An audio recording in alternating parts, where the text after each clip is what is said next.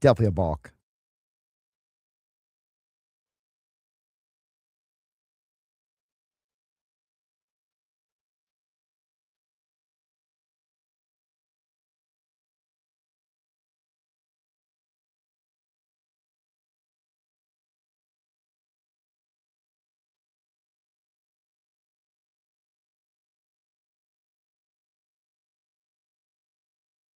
Hey, Mike, you do me a favor? Can you turn down your input a hair and then also simultaneously turn up your local hair?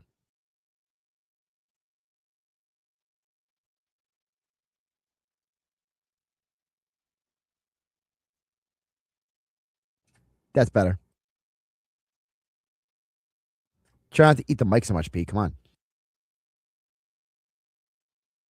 Like, this is how you sound, Pete.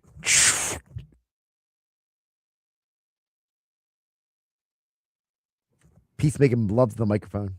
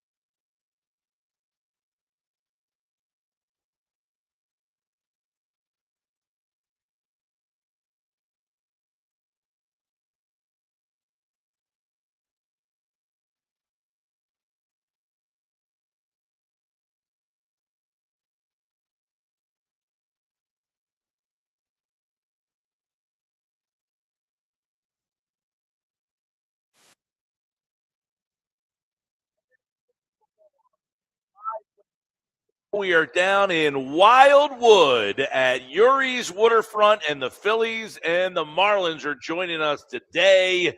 What a day for baseball. Phillies and Marlins, it's 6-3, and it's only the second inning. So we got a lot of baseball here today. Join us live if you're looking for someplace to hang out and watch the Phils today. We got them on every TV in the joint.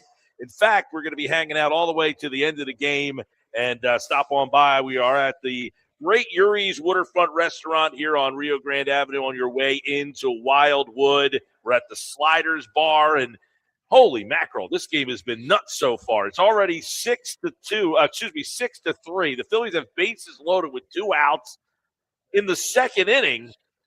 The good part about it is the Phillies offense came to play today. The bad part about it is Andrew Painter's pitching, and he's getting bludgeoned again.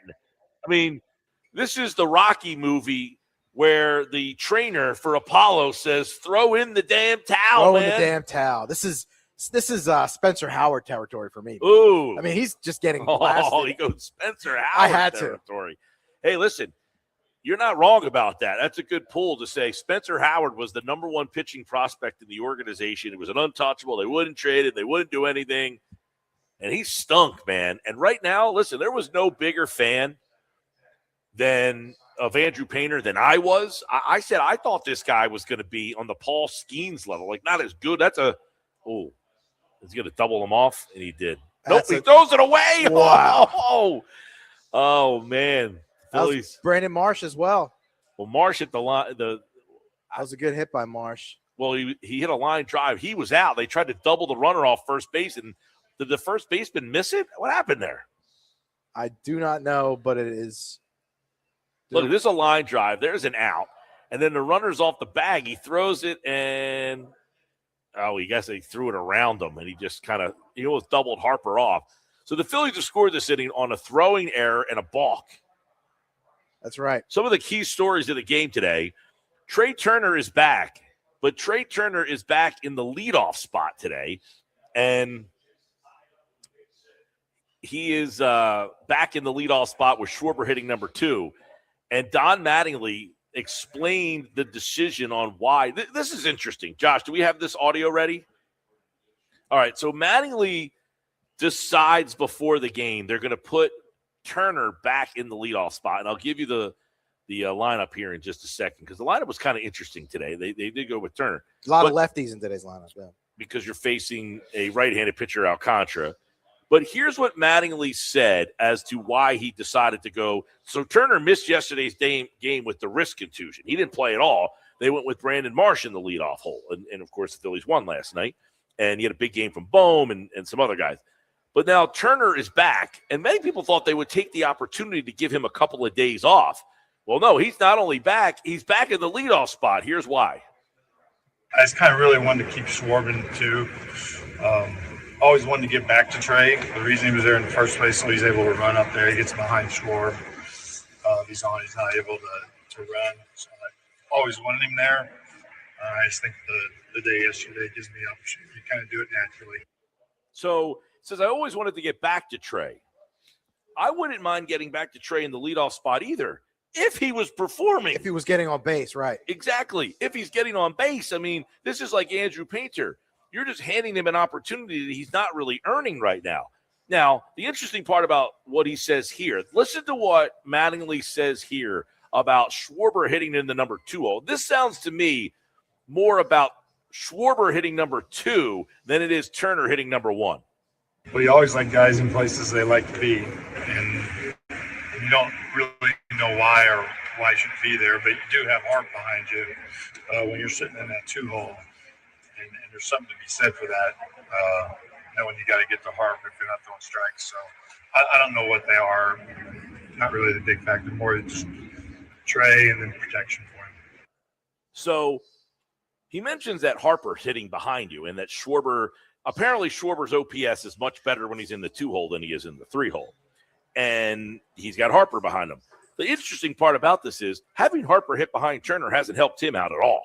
I mean, it hasn't helped him out a little bit. Now, Turner goes back to the leadoff hole today, and voila, he's 2 for 2 with a run scored. So maybe the 1 day off was enough to kind of reset him and kind of get him going. So today, the Phillies lineup, which as always is brought to you by Chachi's 13th Floor, coming soon to Rafichi's on the White Horse Pike in Absecon. And we have a fun new game for you guys to play anytime the Phillies lineup comes out. We give you the lineup. It's brought to you by Chachi's 13th Floor. And if the Phillies score 13 runs today, now they have 4 already, all you got to do is text your name and where you're from to 609-403-0973. If the Phillies score 13 runs today in the game, one of those text messages at random will win a $100 gift card to go to the new, coming soon, Chachi's 13th floor at Rafici's in Absecon. If nobody scores 13 runs, if the Phillies don't score 13 runs this week, on Friday's show, we will have one lucky winner. We'll win a $25 gift card, and we will do that until the Phillies hit their 13 runs, and then we'll start back over. But right now, you're on pace. You got a free pass here. They already got 4 runs for you. I saw people texting the text board last night that the Phillies, only 6 more runs to go. Like, I like the fact that people are kind of playing along with this now, but it's 6-4 right now. Turner, a couple of hits. The Painter thing, though, we got to get into. Yeah, and I'll say that everything else is kind of falling in the line, right? Luzardo had a great outing last night. He's kind of turned the corner. Nola's kind of, been back to our Nola, whatever. But at Wheeler and Sanchez, they've been great. And Painter's really the only guy who is just not stable right now. Painter's ERA is 7.06 after today. He lasted 2 innings today. He gave up 7 hits. He gave up 6 earned runs.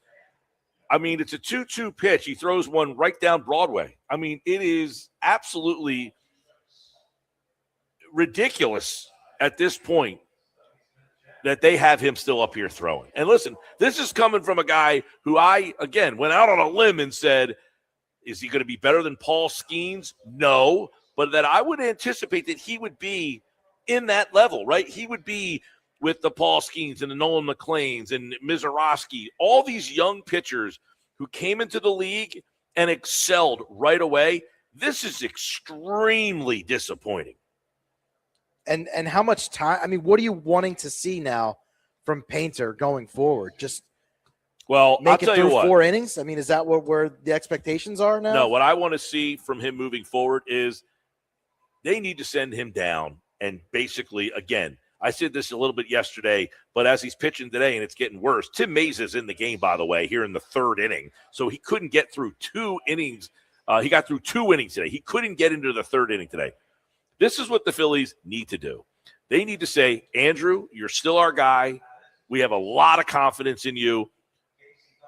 Maybe you just need to go down and get your head on straight. Go down to AAA, pitch a couple games, and prove to us that you are ready and focused for the second half of this season because we're going to need you.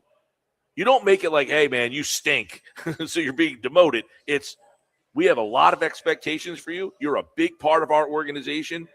We need you to just go down there and work on a couple of things because right now, and so you just go with an opener for your 5th spot? Well, you call up Alan Rangel, I guess in the guy. short term.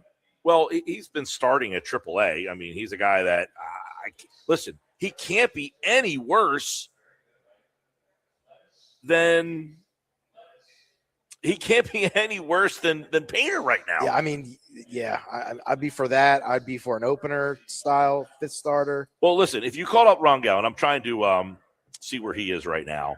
Rangel is with AAA. We know that. His ERA is right now for Lehigh Valley. That's where he is at, AAA Lehigh Valley.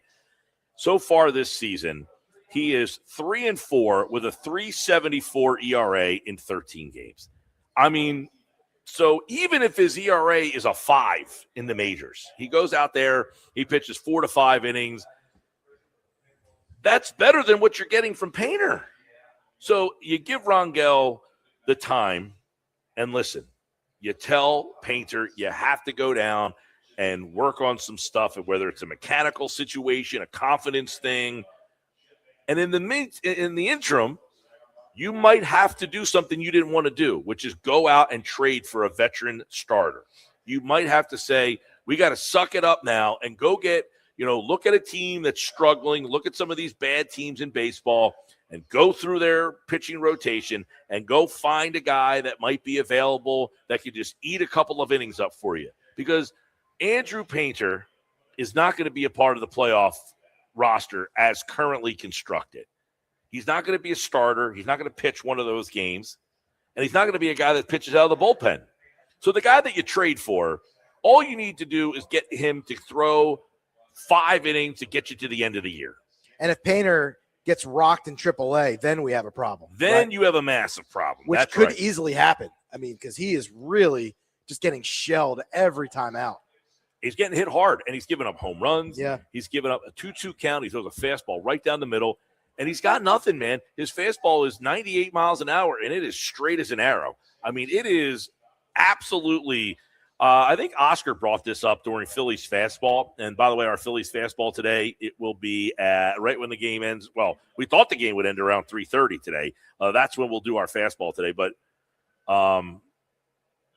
if you look at the metrics, the analytics for his fastball, Oscar was saying it is one of the straightest. It's the second, of all qualified pitchers in baseball, his fastball is the second straightest and flattest in all of baseball. So it has the least amount of movement from every pitcher but one. If you throw a 98-mile-per-hour fastball and it is straight as an arrow, these guys are going to hit you, and they're going to hit you hard.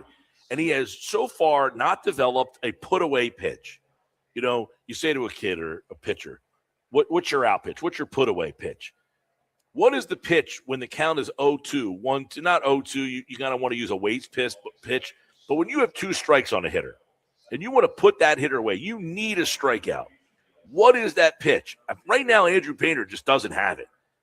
He does not have that pitch that when he needs to get that strikeout, he can't put these guys away, and that is extremely disappointing.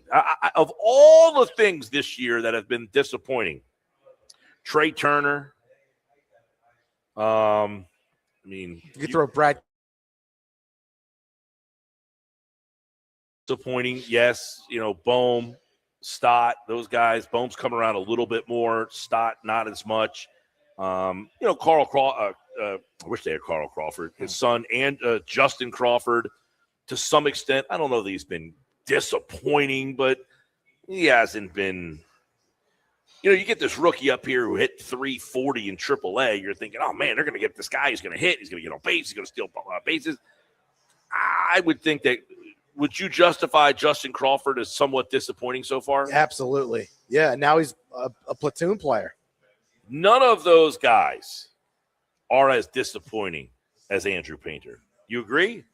Agreed, 100%. Josh? I agree, but if I could just follow my agreement with a question for you guys, which is, if Andrew Painter is disappointing, do you believe he's salvageable for this year, or is it something that you just need to hit the reset button for next year? Both. That's why I asked about getting rocked in AAA, because if that happens, then it's both. It's Clearwater time. Yeah, I mean, we've seen examples. Roy Halladay is a very good example of a guy who came up, got sent, and then came back after that and became Roy Halladay. There are guys, Brandon Marsh last year, he got sent down, then he got called back up. Ever since that sent down, I don't know what happened to him down there, but the guy right now is third in the All-Star balloting, right?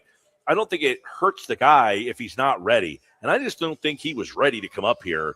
He didn't earn the spot. He was given that spot. He was handed the spot, and he wasn't ready for it, it appears. It appears that he is not ready for this. There's a lot of pitchers. I mean, people are acting like, well, why would you think that this guy – there's a lot of examples of young pitchers that come up here, and they're ready to go. And then there's other young pitchers who have a lot of arm talent, and they're not quite ready to go for whatever reason. Some guys develop a little differently. It is highly disappointing, though, that Painter is on the list of guys who is not ready to go, right? That the fact that he is not ready for this level with all the hype and all the the lead up and build up and untouchable, and he's going to be up in July. This is extremely disappointing. And how much does it now start to fall on the front office of this guy's development? And the confidence is getting shattered every time out. And you know what? He did have the Tommy John, so we don't know if that's still impacting him. Maybe he needs to be redeveloped after that injury. I'm glad you said that, Pete, because of the fact that, you have to ask the question, who's the person who failed in evaluating this guy's readiness? Like, who's the person who is feeding the front office the information saying, this guy's ready, trust me? Well, can we not trust that guy ever again? Well, I would respond with this. the answer probably is Dombrowski and maybe, the whole organization as a whole by saying, you don't need to go out and get another veteran arm. Or did he say, we don't need to go get a veteran arm. We want this guy to win the job? Yeah, he really didn't have any competition. Zero. He was handed the fifth starter spot in spring training. Right. Like, we don't know who was responsible for saying he's ready or not ready.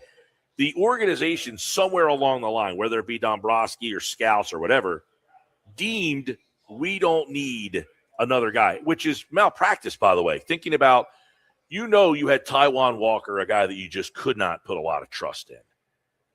And then you knew Wheeler was out. Yeah. So that basically Painter was going to be on this team. And then what were you going to do if both Wheeler and Walker struggled? Well, now you're seeing it. You got rid of Walker, and Wheeler came back to replace him. But now you have no replacement for Andrew Painter. And that's why I'm asking, I understand what you're saying, Mike, about it's the whole organization, but I just got a feeling that for example, how could there not be someone in the room who might have been like, guys, I know we really want Andrew Painter up here, but I think it would be best if he started the year in the minor leagues because of his rough year last year. Like, you're telling me there was nobody in the room who spoke up? I think they did it to themselves. I think they put themselves in a box, hyping this guy up, and they had no other choice. Well, they hyped him up, and then last year they said he was going to be up by July, and then when that didn't happen, then they had egg on their face. Right. And then they had egg on the kid's face because they said he would be ready by July, and then when he wasn't, they didn't really have any explanation as to why. And last year, you can make an argument that they could have used a pitcher last year because they kept rolling Taijuan Walker out there, right? And remember, they brought in Walker Buehler near the end of the year. He got, 3-4 starts, and they never pitched him again. They usually do go with a 6-man rotation, right? In September or so. Well, I mean, and by the way, I think Walker Buehler would have been a great fit for the team this year. Apparently, they had interest in bringing him back. He didn't want to come back. Why? Because he wasn't guaranteed an opportunity to start on this team. So you're telling me the Phillies said, we think that Taijuan Walker is more valuable to us than Walker Buehler was? That's a horrible evaluation. Well, you're paying one guy $18 million. There was your problem. Well, you ate it anyway. So the bad decision, right? Well, I think they would have brought Buehler back, but Buehler didn't want to come back because he wasn't guaranteed an opportunity to start, and that's what he wanted. Well, Mike, I said it to you last week. I think Walker Buehler also didn't come back because he turned to them and said, "You didn't even pitch me against my old team in the postseason. Why would I come back to pitch for you?" I'm sure that might have had something to do with it too. He didn't like the way that he was used last year. A couple text messages on the White Horse RV text board, 609-403-0973. Mike, why are you and your boys so obsessed with trying to figure out a lineup batting order? It blows my mind. Just admit their offense is not that good. All right, we'll stop right there. I think we've all admitted their offense stinks. Part of being a sports fan, though, John and Buna, is the fun of trying to piece together a lineup. This has been the dawn of time. Right. If you're not, I don't know how you're a sports fan and don't like to just throw around lineups in your head that you think might work. But no one is saying that these lineups, and by the way, where were we talking about the lineup other than they moved Turner back to the leadoff right, spot? we were discussing that they moved Turner back to leadoff and why Mattingly said it. Because the batting lineup for this team, it doesn't matter. You're rearranging the chairs on the Titanic here. You're robbing Peter to pay Paul. We talked about this yesterday. You can move Turner out of the 2-hole and move him someplace else, but now you have no one to hit number 2. So I have no idea what John is talking about. I don't know if John and Buna had a childhood. Maybe he didn't play with trading cards when he was a kid. You remember when we were kids? We'd all have our the ball cards and be like, oh, this is our lineup. This is our ideal lineup. It's a part of Americana, John. It's like eating apple pie. You talk about baseball lineups. I don't know what you're doing out there in Buna. And not only that, but doing that, what you just said is you lose protection behind Harper with Marsh moving around. And he's really fit into that 4-hole. Well, for how long? You better hope that this. Well, if he starts in the All-Star game, I think we're gonna. We saw Don Brown make an All-Star game. How'd that end up? He goes on to say, by the way, Painter is not the next Clemens or Martinez. Just admit that Painter is not the next Clemens or Martinez. I think we've stated over and over and over again how disappointing Painter has been. So I don't know anybody who's talking about him as the next Clemens or Martinez. I don't know if you're listening to a different station, a different channel, a different show. I think Mike, I think the part of the problem is, and this is something you and I talked about last week, people like John and Buna, they look at Painter for what he is right now, ignoring the fact for the last 3 years that every baseball expert who has come on the Sports Bash here on 97.3 ESPN has said that Andrew Painter was to the Phillies farm system what Paul Skeens was to the Pirates. So this was the Keith Laws, the Tim Kirchens, that everyone, the baseball experts came with you, Mike Gill, and lauded this guy very, very highly. So you can judge Painter all you want on what he is on June 17th, but all the baseball experts have been saying for 3 years this guy was going to be the next guy. Everybody in baseball, the Phillies included, all thought that they were getting a top of the rotation pitcher. So it's not like you saw a guy. For instance, remember Tyler Phillips, who pitched against the Phillies the other day? Yeah, pitched yesterday. He was here. He got rocked yesterday. He was here, and he threw that shutout when he was with the Phillies. Yep, his first start. That would be like if we saw Tyler Phillips pitch, and we're like, this guy, off of that one outing, he's going to be a top of the rotation guy. Did you see him shut that team out the other day? Andrew Painter, his pedigree, he was the 13th pick in the draft. Then the Phillies deemed that he was an untouchable guy to trade. Right. It is not outlandish that people actually thought that he might be something. Now, you can certainly say, why would you think he would be on the same level as a Paul Skeens? I mean, I never said he was going to be better than Paul Skeens. I said somewhere in that realm, maybe not as good as him, but when he pitches, you feel like you're going to win that game. And he has not come close to that. And now the timelines are not matching up with the Phillies being in a wild card spot. Yep. And Andrew Painter really having to be sent back down. Well, not only that, the timeline doesn't match up because they need him now. Yeah. And he's not ready.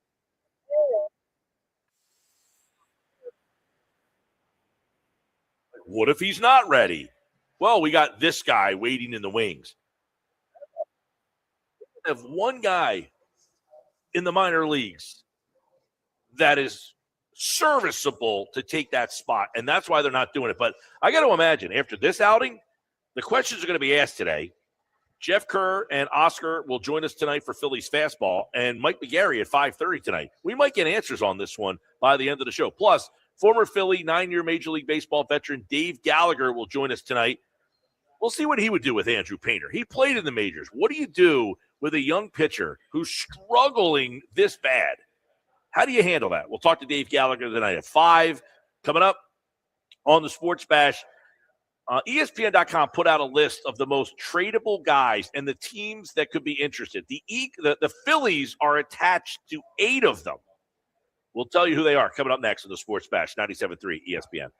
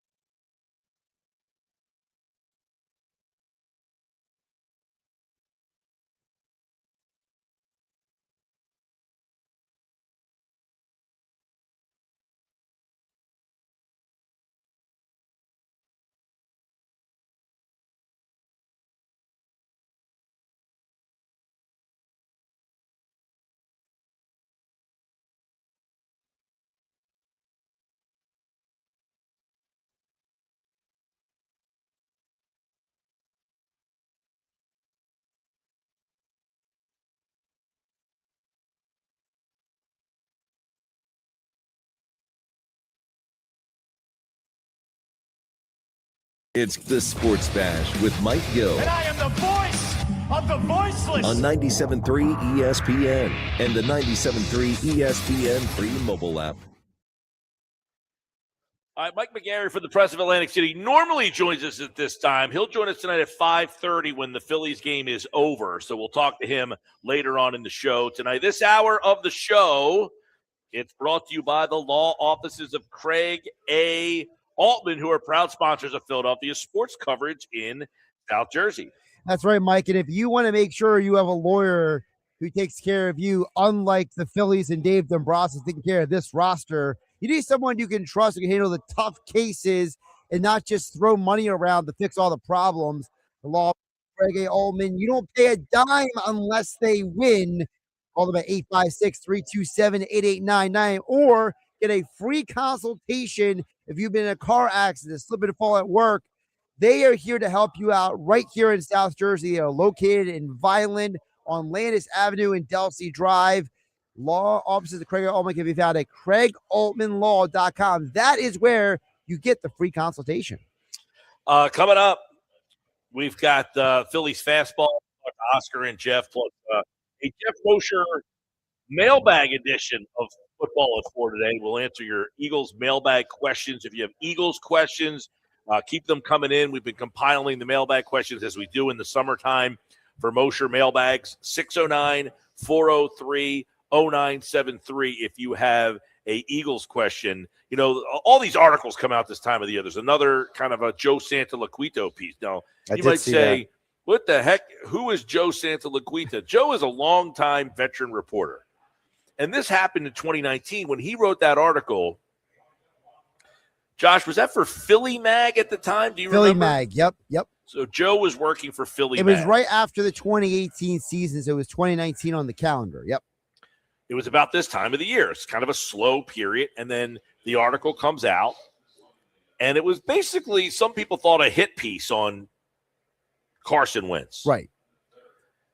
And it suggested that he wasn't the most well-liked and he was kind of tough to get along with and he was just, you know, kind of an outsider and yada, yada, yada. And people just ripped Santoliquito. Yeah, they did.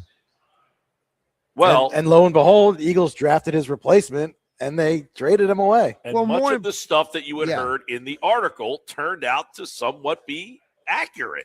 Yeah, even though people criticized him for having so many anonymous sources, right? That was the whole thing. There were no players who would go on record in their criticisms. It's not only that he had so many anonymous sources, too. It's that Joe is not a regular member of the beat, let's say, right? He is not a beat writer. He's not there every single day. Right. He's not one of the hardcore group of people who are at every press conference. Correct. He's not your John McMullen. He's not your Zach Berman. He's not your Jeff McClain. He's not the guys who are writing for an outlet where you are down. You know, those are guys who are called beat reporters, right. Meaning that's your beat. You go wherever they go, practice, road trips, anything. Joe, correct me if I'm wrong, the article was at Bleacher Report, correct?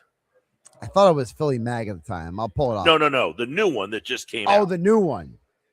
Yeah. Yes. I saw it on Bleacher Report, but it might not have been there first. Let me pull it up. So this article, I think, dropped sometime yesterday morning. And it's another one of those situations where people are going crazy because he's not on the beat. He's not down there all the time. Bleeding Green Nation. Okay, so SB Nation, not Bleacher Report. Bleeding Green Nation. Mm-hmm. And the title of the article says, Philadelphia better watch itself or it will lose another superstar. So I've seen a lot of backlash. Now, yesterday, I didn't really talk much about this or even look at it much. I didn't even read the article until this morning. Now, I heard about the article yesterday, but the more thing that stood out to me is that people were angry again at Joe because he's not on the beat. As if, because he's not there every day, that the story can't be accurate. And it seems that Jalen Hurts' camp is not happy with the Eagles, I guess, response to. They don't think the organization is basically sticking up for him enough. Right. That's the gist of it, right? Yeah. Right. The gist of the article is basically that Hertz's people have passed along the information that Hertz thinks the Eagles should have been more pro Jalen than they were, shall we call it, nice to AJ, I guess you would say. So this article was sourced from Jalen's circle, correct? A lot of it, Nothing from the Eagles has been sourced in this article. It's all Jalen. That's what it would seem like. Right. Which is interesting because remember, it was a few days, it was last week, actually. Sorry, it was last week. Remember, Jalen was asked about the other articles written about him and AJ. The Tim McManus piece, right, from a few months ago. And he basically dismissed everything. He was just like, oh, this doesn't matter. Who cares what people say or write about me? And he made it seem like it was no big deal. And then it's basically a week later that this article comes out. Well, it says some around Hertz, not Hertz, feel that the Eagles did not support him enough. Of course, I got a pop-up ad right in the middle of it. Oh. When constructively insightful stories came out this postseason about his deficiencies on the field, like Eagles teammates did at the urging of the Eagles over the constructive criticism Carson Wentz received in January 2019. No one spoke up publicly on Hertz's behalf as they did Wentz. Now, he goes on to say, March 31st at the owners' meeting, Jeffrey Lurie came out with glowing things to say about Hertz. And there's the long quotes about what Jeffrey Lurie said. We played that audio back in March. So it sounds like the Hertz camp is essentially saying that the players didn't stand up for him enough. Is that how you're reading this thing? It's weird to me because it's almost like he emphasizes it's not Jalen saying this, it's Jalen's people. And to me, it's weird because I remember it was during the season that A.J. Brown came out and defended Jalen in the middle of the season. So I'm not fully sure what Jalen's circle of trust is trying to get across here, except for the fact that maybe they feel like Jalen deserves a little more love. Yeah, it's the weird. So the article is essentially saying, watch out because you could lose another superstar. Is it I don't know if he's trying to say that the fans need to treat him better or the team needs to treat him. The teammates need to treat him. You know what I'm saying? That's what I took it as. The team, Hertz is very upset that the team did not have his back in all of the controversy. So I guess I would ask the question in that the fact that this particular writer, now this story is, 6-7 years after the Wentz story. And I don't know that Joe has written an Eagles story in between. I don't believe so. Maybe he has. I don't know. I mean, I'm not I'm not really all that familiar with the Bleeding Green Nation stuff. I don't read it every single day. But I do know Joe has been a long-time veteran writer. I just find it really interesting that he wrote that story in 2019. He got blasted for it. And a lot of it came out to be true. And here we are, history almost repeating itself. And doesn't it feel like the Eagles are going down a similar path with this quarterback situation? Except this quarterback has 2 Super Bowl appearances and 1 Super Bowl MVP. That's the difference, is he has the intangibles and all of the accolades that Wentz did not. By the way, Joe Salaquito this is now his 10th Eagles article he has written this calendar year on Bleeding Green. So I guess now he's more consistently on the beat than maybe he was 7 years ago. I know Joe more for his boxing coverage, number one, right? He's been like a Hall of Fame boxing writer, I believe. Right, that's what he was. That was his big. That's what I always knew him for. But Joe does not give you hard news. I mean, he's giving you salacious stuff like this, right? Well, here's the headlines of his articles this year. A.J. Brown trade leaves him and the Eagles in a healthier place. NFL draft preview. Ray Dittinger's annual sleepers. Brian Baldinger leans for offensive line. So it's like your typical Eagles content creator stuff. Yeah, well, I look at it and wonder. I was on a Bears show today. They were doing like a countdown to the Bears season, and they were basically the Bears play the Eagles. So I guess they were looking for guests from teams the Bears were playing. So I was the Eagles guest today. And he was asking me about Sean Mannion taking over and what the messaging was. I said, that's a pretty interesting question of what the messaging is. And I guess the messaging is if this offense fails, is it because of Jalen Hurts? Is that what the Eagles are essentially trying to get to here? And how much leeway do you give Jalen Hurts? With this new offense, it's going to take. He's not going to get it in week 1, right? And that's okay. But how much leeway does he get before he starts to get the criticism? Well, it's like if this offense fails, why is it? Is it because they don't have good talent?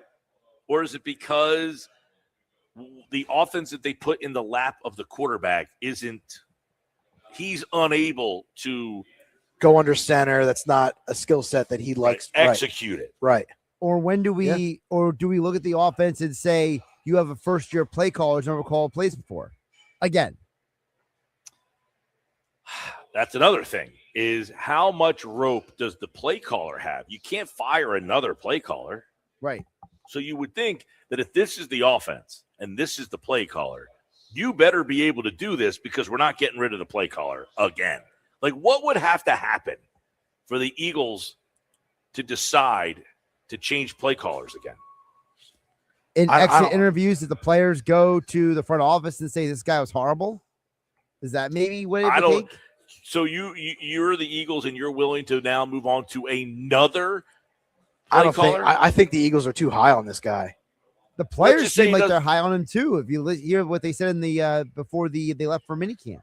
Just imagine, though, it doesn't work. Let's just say they have another season and the offense is like last year. It's clunky as can be. They struggle. They're putting too many eggs in the Sean Mannion basket, though, right? They're bringing all these guys in from Green Bay. Yep. They got rid of Jeff Stoutland, this Hall of Fame offensive line coach, and they're moving in Mannion's guys. So is the answer that they're really investing a lot into this guy? So is the answer that they move on to another coordinator or move on to a different quarterback?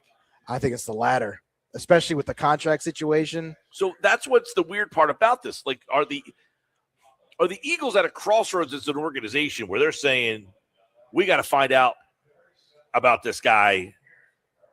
Mannion? Hurts. Oh, Hurts. And that the article is suggesting that the team, but the problem is Laurie has spoken up about him. Right. Well, is it a bigger prove-it year for Jalen Hurts or for Sean Mannion? Jalen Hurts, right? I mean, you would assume it's Jalen Hurts, but again, Mannion's never done this before. At least with Jalen, you can be like, look, we have tangible history of him being a successful quarterback. Listen, if you win a Super Bowl and are the MVP of the game, you would almost feel like, I don't want to say you have a free pass, but that why would you be the one that has more pressure on you than the first-time play caller? But it almost feels the other way around, doesn't it? I get, but then when you don't have a passing yard for a full half of football, that's tough to swallow. Well, if you're reacting to one game to make a decision, I think you're in trouble. The passing offense last year was very bad. This says some close to Hurts bristled over most was the conjecture. Sorry, I need my glasses. I can't read the screen and everything's so blurry. Was the conjecture over Hurts' inability to be coached. Hurts has always asked why and how plays developed since he first touched the football. He has always been inquisitive, according to those who coached him at Alabama and Oklahoma. He constantly asked why. Apparently his whys were not answered enough by Brian Johnson and Kevin Petula, who seems Hurts may have checked out on last season by changing plays because he may not have believed in Petula's calls in certain situations. Now, that part has been reported other places, though, about the part where Hurts was asking the why about some of these play calls, and that basically Petula couldn't give him a real answer. And then remember, Jalen said this year that one of the things he loves about Mannion is that when he asks the why question, Mannion's giving him great answers. So that part we have tangible reporting and evidence to. That's the interesting part, is that he went out of his way to say he likes the answers that he's getting from Sean Mannion when he asked why. Why are we doing this? Why did you call this play? Why are you setting this up the way you did? And he can actually respond with, this is why. Whereas I guess Petula was like, don't ask why, try Bud's Ride. Yeah. Remember them? No. Bud's Ride? No. That's a good pull by you. I got to Google that. Bud Dry was it was like a gimmicky beer attempt. Oh, Bud Dry beer. Okay. Yeah.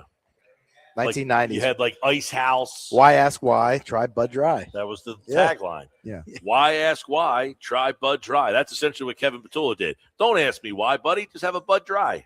And Kevin Hurts was like, "What is that?" My recollection was the Bud Dry. There's a reason it went out of circulation. Is that like New Coke? Crystal Pepsi, New Crystal Coke. Pepsi. Yep. Yeah. No, we were talking about this the other day. Name a drink that was prevalent during your childhood, but the kids of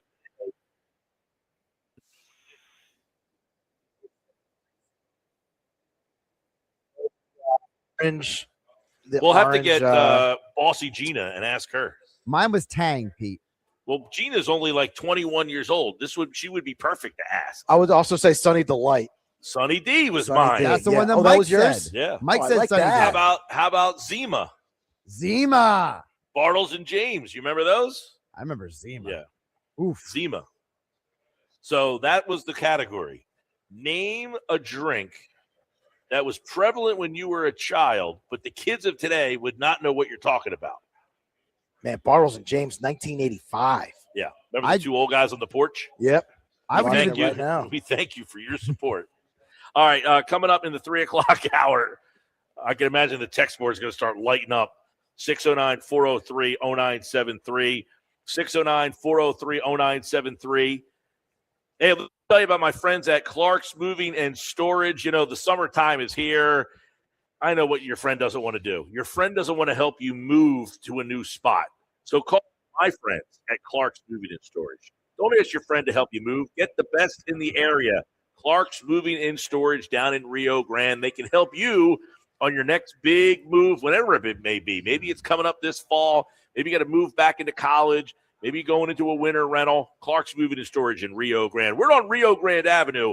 And let me tell you, the Sliders Bar here at Yuri's is ready for your Phillies day game action. They got all the soccer games as well. Also, this room, we're in the Sliders Bar, the room right next to us, the huge dining room next to us. They have a projector screen. It is literally the size of the entire wall. It is a mess. It's the biggest screen I've ever seen at any bar. Have you seen one bigger? I have not. It's massive. Yeah. It is a massive They got the game on right now. They got the games on in there. They got today's slider lineup. You can mix and match with a snow crab salad, a prime rib, a turkey BLT, a fried crab cake. You can pick any of them and put them together. Pulled pork, fried chicken, meatballs. Or you can go to the bullpen like the Phillies had to do in the second inning today and get your wings, your fries, your thin crust pizza, all that and more. We're at Yuri's in Wildwood for our Phillies day game.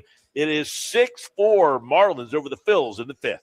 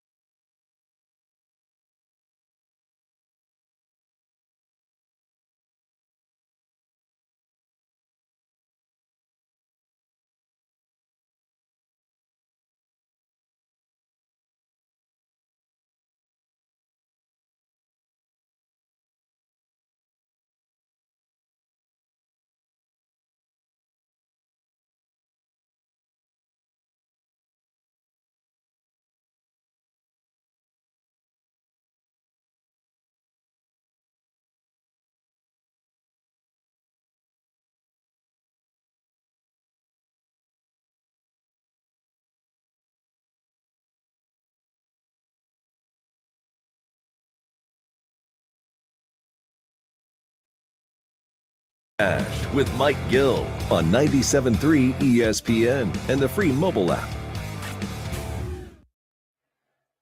Welcome back live here at Urie's Waterfront in Wildwood. Well, Trey Turner with, I guess, an error. I guess they charged him an error on that one. Kind of took a bad hop, but you don't know what the official scores are kind of doing these days. But the very next hitter went yard. Yeah, he's unraveling Tanner Banks now. 8-4 now, Marlins. So a leadoff error by Turner, and then a home run, and now a double has made it 8-4 Marlins. We got plenty of baseball left. They are in the 6th inning if you want to stop out and join us for the rest of the game. They got great spots at the bar. They got great food on the menu. They got drinks behind the bar as well. Fantastic beer menu here at Urie's and a great spot. A lot of people are hanging outside today, and it's nice and cool out there. It's a great spot and a great time to be outside here at Urie's Waterfront in Wildwood. Stop out and see us. We got more Sports Bash coming up next right here on 97.3 ESPN.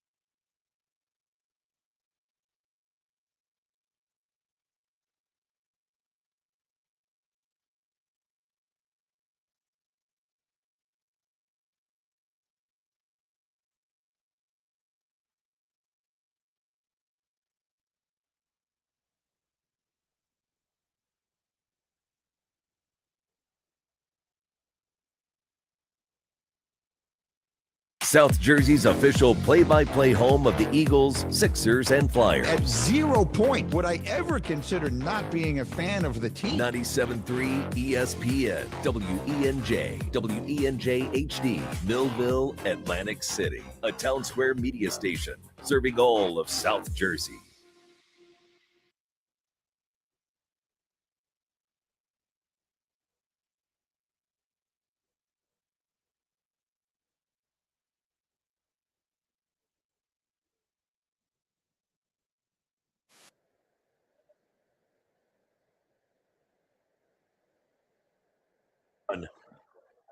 Tanner Banks got tagged for 2 bombs that inning.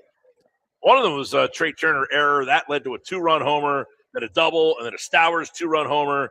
10-4 all of a sudden. This was a 6-4 game moments ago. But you get into the Phillies bullpen because Andrew Painter couldn't get past the second inning. Rough day for him. We're over not having a rough day at all. We're at Yuri's Waterfront now. Aussie Gina went outside because a lot of people are hanging out on the deck out there. It is nice out there, right on the bay. A lot of boats parked at the marina there. Come on out. You can just hang out with us outside on the deck, right off of the foot of the bridge in Wildwood. You bang at it right there. You come right on into the Yuri's on Rio Grande parking lot there.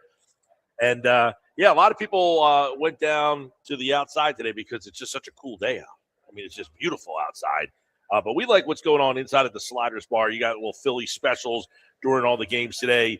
The Sliders mix and match, the bullpen. And they got happy hour starting now till 5. You ready for these? $5 draft beers, $5 house wine, $6 call shots, and 50% off the entire Sliders menu. And you got dollar dogs during all Phillies games. So you got a couple of innings for that as well. That's right now. 3 to Phillies 5, still dollar dogs on the Phils. They're still playing this game. Well, it's a 6th inning, and, the Phillies offense. Now, we do still have looking for 13 runs today. Phillies have 4. So Marlins if the Phillies probably score will get 13, that for you. Yeah, you need the Phillies to score 13. But You can't call up and Chachi's and say, hey, the Marlins scored 13 against the Phillies. no. Give me my $100? No, Okay. but if you end up getting a comeback win today, maybe they will get you to 13 runs today. So there is a lot for us hanging out here. 609-403-0973. Got a lot of little Phils. There's still some time left in this game. I don't feel good about it, but. No, but you know what? It's another series win this week for the Phillies. They won the first 2. Looking for the sweep today. Will not get it probably. But, they keep stacking these wins, the series wins, I should say. So we were talking about the drink. Somebody sent one in, Frank's soda. You remember that? Is it Frank's? Thanks. I do not remember that. Okay. I don't remember that one either. I remember that. So we were talking about this at my house the other day on Sunday afternoon, and Ryan and EHT brought this one up on the text board just a moment ago. He says the juice that would come in those tiny plastic barrels, not sure the name, but they were, you drank them during the summer. I know what he's talking about, but I don't know the name of them either. Does anybody know the name? They look like little grenades. Mm-hmm. They had like an orange one, a red one, a green one, a yellow one. Like they had just different colors, but I don't know what the name of them were. Do you have have you heard of those, Josh? I'm looking it up right now. I know These you're ones. talking Yeah, about. they're it. What are they There called? you go. Let me see here. Google says they're juice called grenades. Squeeze-Its.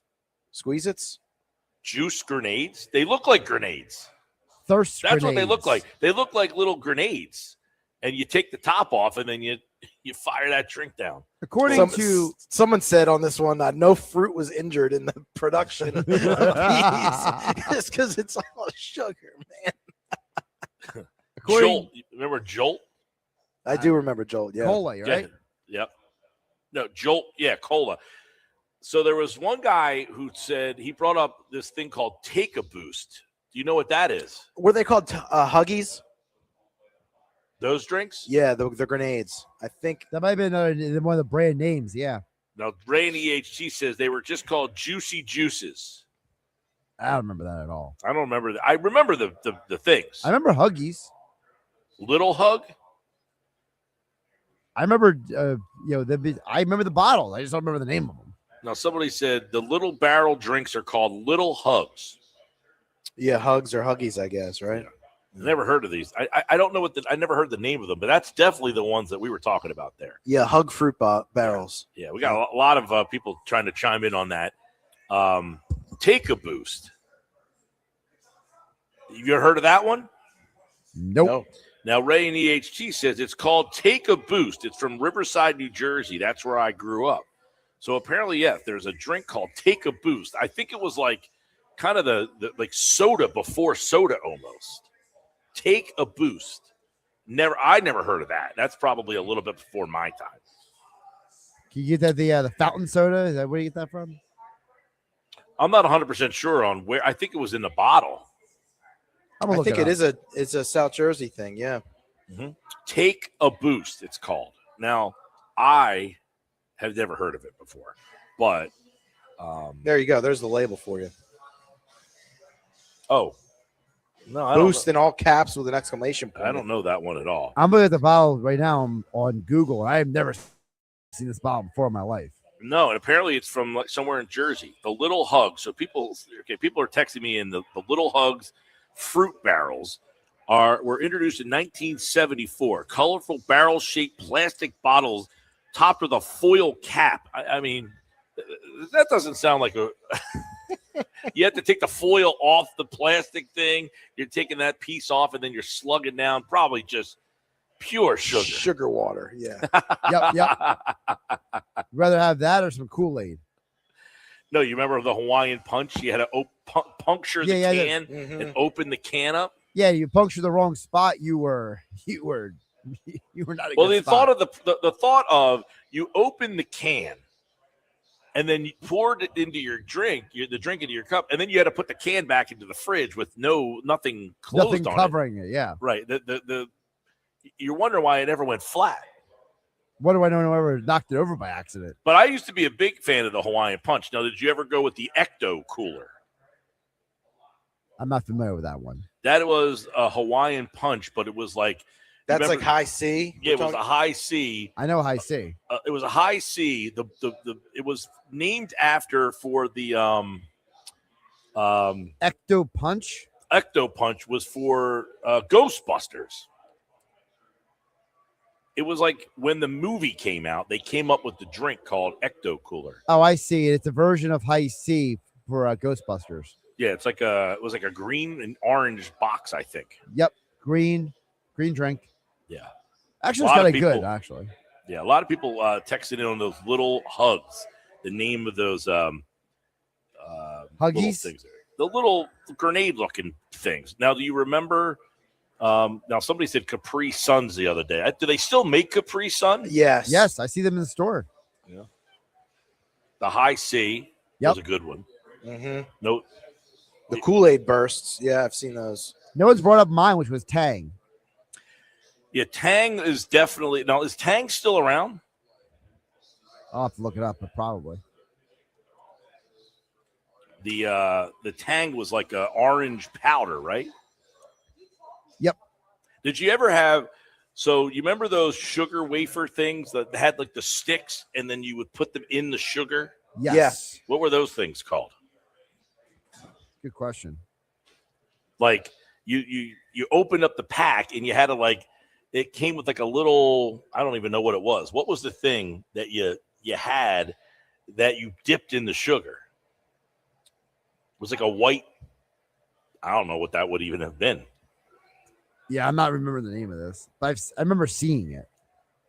There was something else like that we brought up in that realm the other day. That we were just got into a wacky conversation about all these. Just going down a rabbit hole. That's all.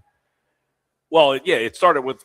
In fact, you know where Fun Dip. Somebody texted in Fun Dip. That's a good one. You know who I saw the question from? The original question came. You know where I saw the question?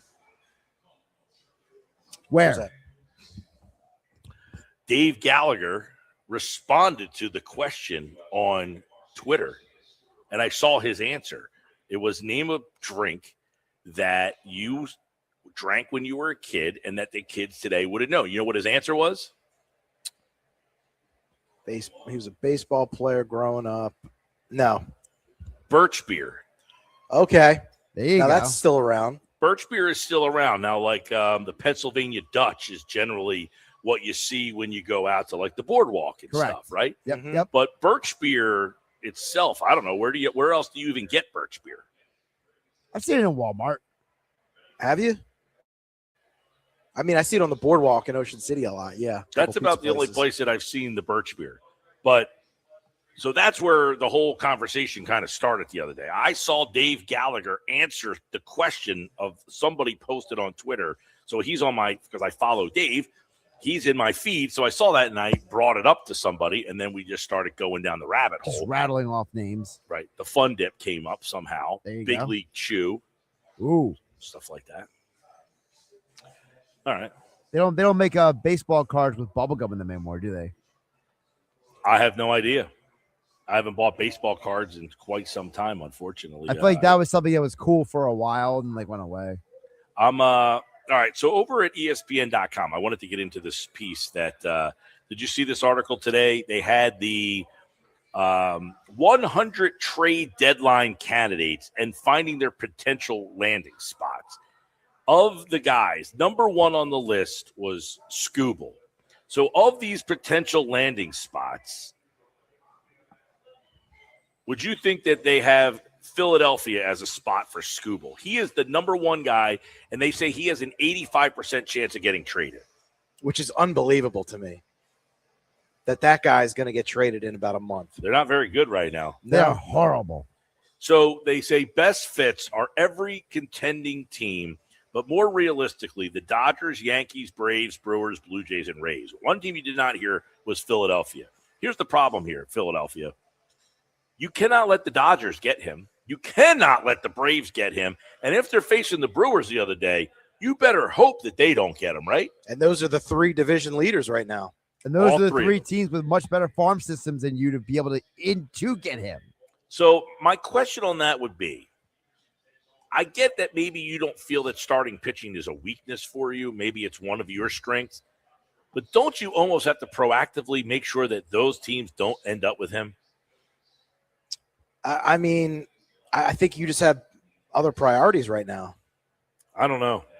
I think a priority for me would be making sure that I don't have to face him in the playoffs. I just don't think you have the ammunition. I think That's that true, too, teams yeah. like the Dodgers and the Brewers, it's almost like a bidding war, right? You go to an auction and you're the one who puts up, says, hey, I'll offer 200, and then the Dodgers and the Brewers like, we'll offer 2,000.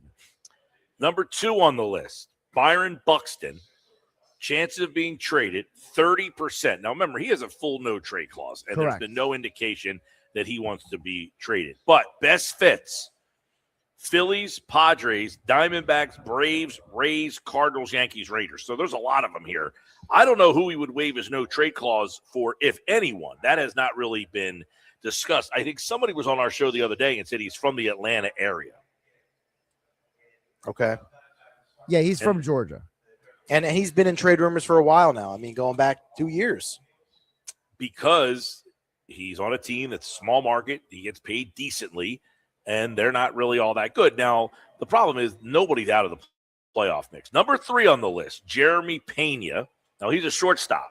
Would you think the Phillies would be interested there? I would think that they're not willing to move.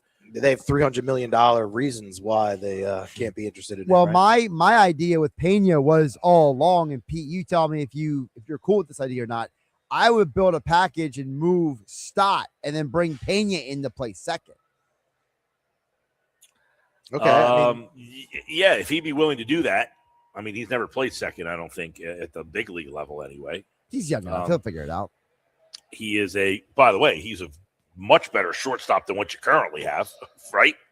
Way better. Mm-hmm. Exactly. Defensively. So if I'm him, I'm saying, why do I have to go play second base? Take this schlep rock over there. By the way, the Phillies are not mentioned as a best fit. Braves, Rays, Yankees, Blue Jays, Red Sox. Another one, number 4, Joe Ryan, the starting pitcher. Not my cousin Joe Ryan, who I don't think could pitch. But this Joe Ryan, he's the number 4 guy on the list. 55% chance of being traded. Best fits, Cubs, Padres, A's, Diamondbacks, Braves, White Sox, Nationals, Blue Jays, Cardinals. No Phillies on that one either.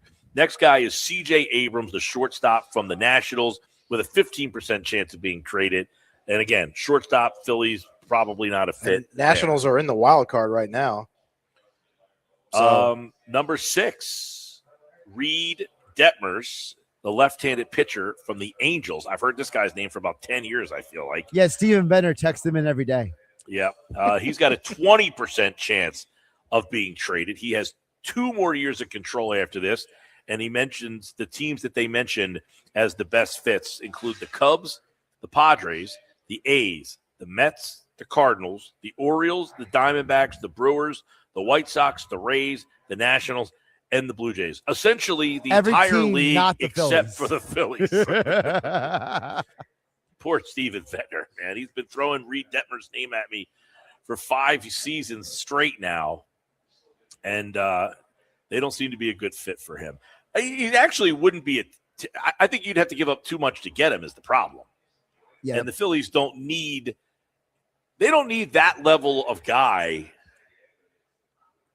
Like, you either go big or you go just small. He's kind of in the middle, and I don't think a middle guy is what they need right now. Well, like Joe Ryan makes more sense than Reed Detmers, right? They just need a guy to pitch every 5th day. They just Right. need a guy they don't need to give up a lot to go get a pitcher unless you're going to go get a top of the rotation guy. That's the difference. If you're going to go get a pitcher, you get Skubal, or you go get someone that just like a Michael Lorenzen again. Somebody that can just pitch every 5th day, throw 5 innings. He's not going to be a part of the playoff rotation. He's probably not going to go to the bullpen. You just need him to pitch every 5 days. Reed Detmers, you're going to have to give up too much. You don't, and then he doesn't really have. Now, you could move Detmers to a bullpen role. The problem with him is he's had a lot of walk problems. Number 7, Jose Soriano, 20% chance of getting traded. He's a relief pitcher, and they mentioned about 10 teams, none other than the Phillies. Number 8, Aroldis Chapman, chance of being traded, 90%. wow. You guys have any interest there? Sure. Yeah, especially if Yeah. seen Tanner Banks implode today. Is he still throw 100? Bring yeah, him on he in. does. Yeah. He still throws 90% gas. chance of getting traded, and teams that they say are the best fits include the Mariners, Pirates, White Sox, Dodgers, Rays, Diamondbacks, Cubs, Blue Jays, Guardians, and the Phillies. Now, this one would be interesting because you have Duran, you have Keller who's struggling, you've got Alvarado who's struggling. You would almost say you came into the season thinking there was no chance you needed a pitcher of this magnitude. Now you almost feel like this is an area where you do need some help, right?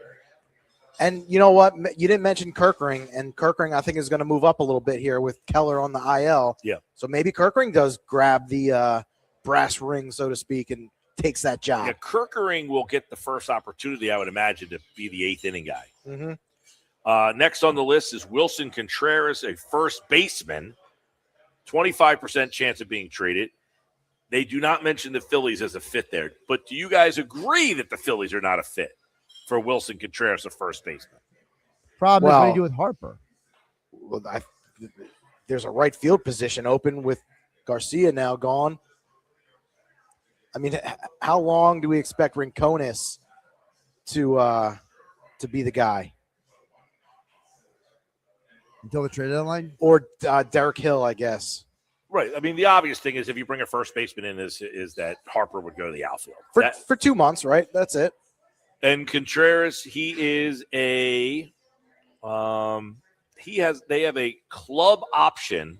He has 1 year after 2026 for $17 million, a club option for 2028. He has a $7.5 million buyout. So you have 1 more year left on the deal. So essentially, no, it would be for 2 years. That Harper would have to play this year in the outfield and then again next year. Right.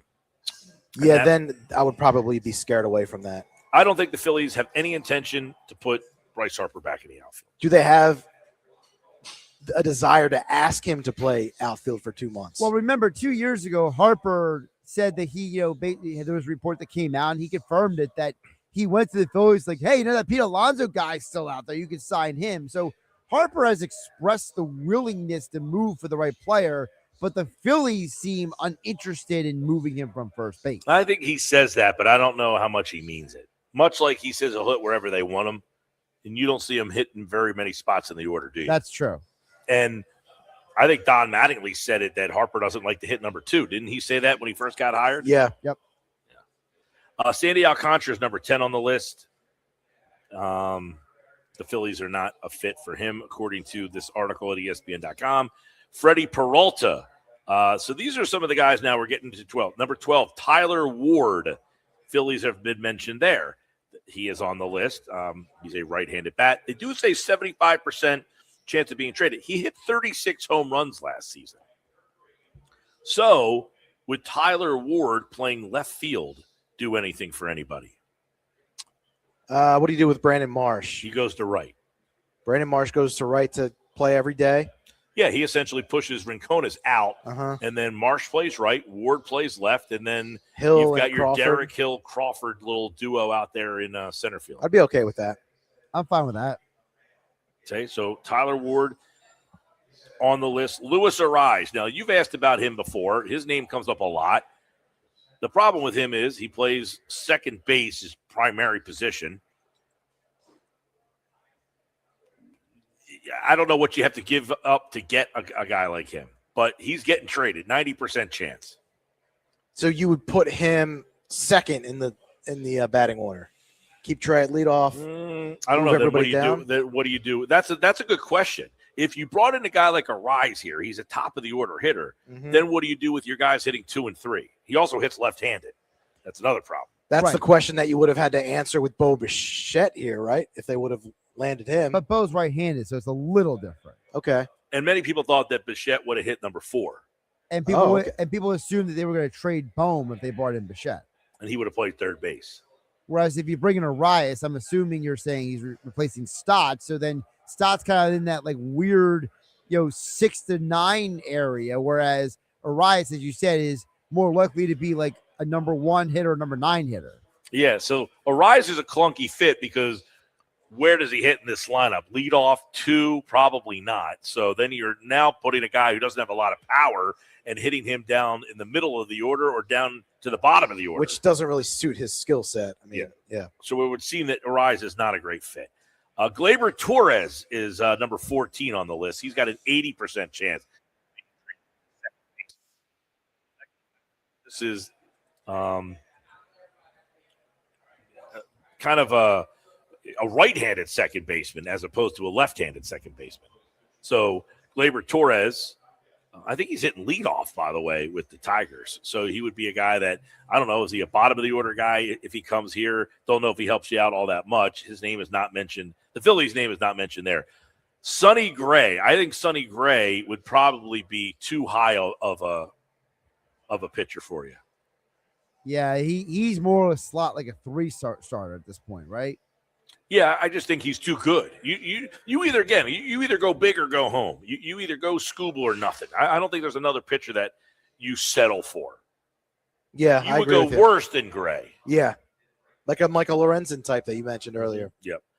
Casey Mize. Now, he would be a guy that you probably could picture in Yeah. the role. 100% Casey Mize. Yeah, he's been injured though off and on the last couple of years, so that's kind of a bit of a risk. He was the former number 1 overall pick in the draft. I believe Dombrowski drafted him, by the way, with the Tigers.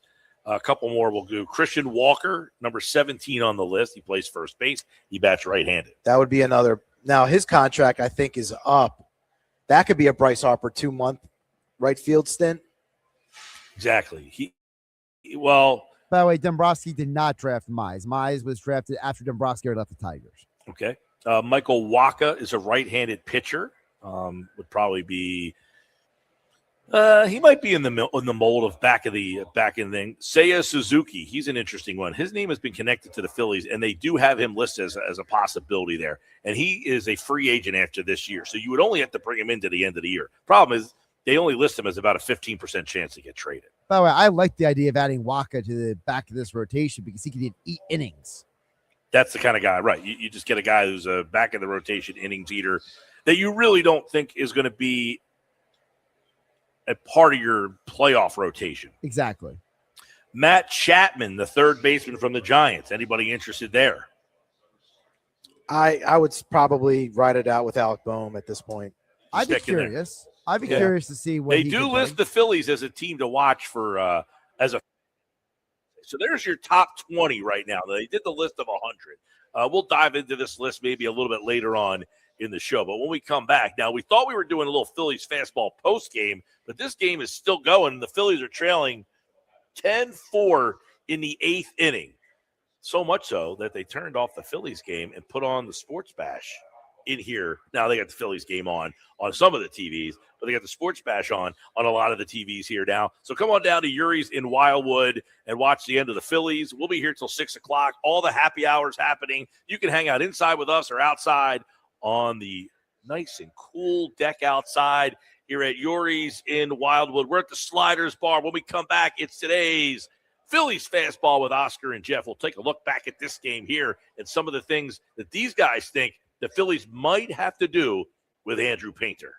We have the Phillies covered. Swing and a drive, right field, way back, forget it, out of here. Kyle Schwarber hammers one over the right field wall. Get the best Phillies baseball coverage on the Sports Bash with Mike Gill on 97.3 ESPN.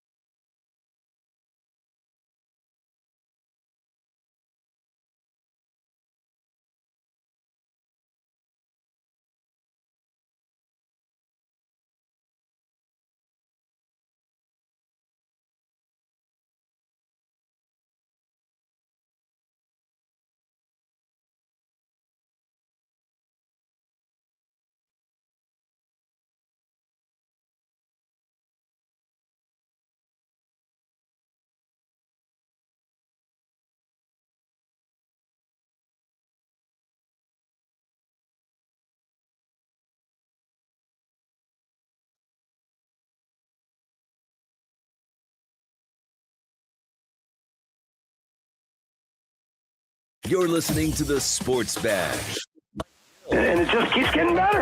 on 97.3 ESPN and the 97.3 ESPN free mobile.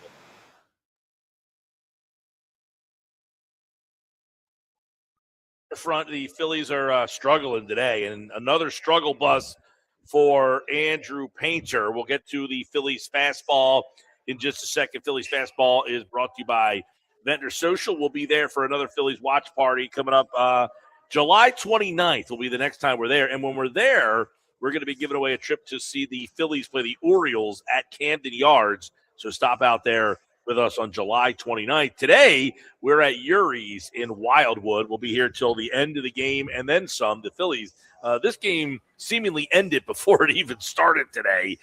Jeff Kerr is going to join us in just a moment. Oscar Budajin is ready to go. So let's get his initial thoughts. Another rough day, Oscar, for Andrew Painter. He could not get out of the second inning, or he got 2 innings in. But he gave up 6 runs. You can make a strong argument that you should have pulled him out of the game before it got to where it was. I think they just tried.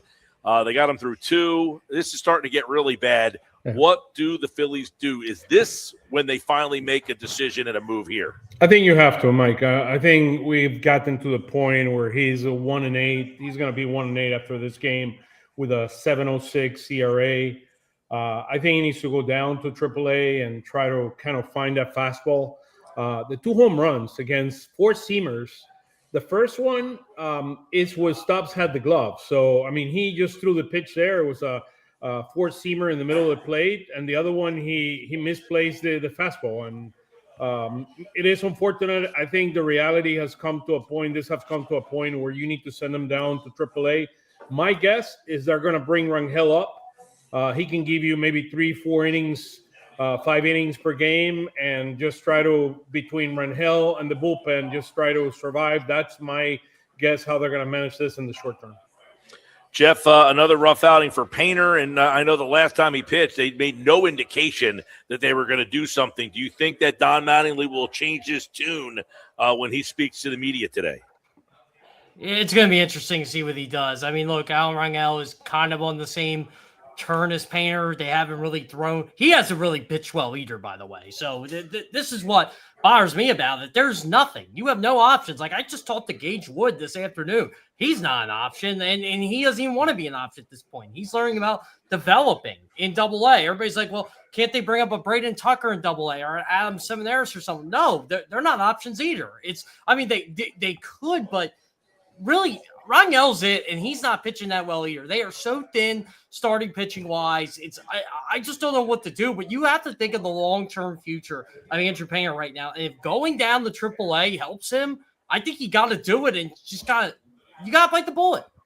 Oscar, put less pressure on him. I mean, we got to put less pressure on him. He's right now, I mean, you got to a point where you have so many starts, and he hasn't turned or shown any signs of controlling that fastball. And we must add to this, Oscar, this pressure is not his fault. This is on the Phillies.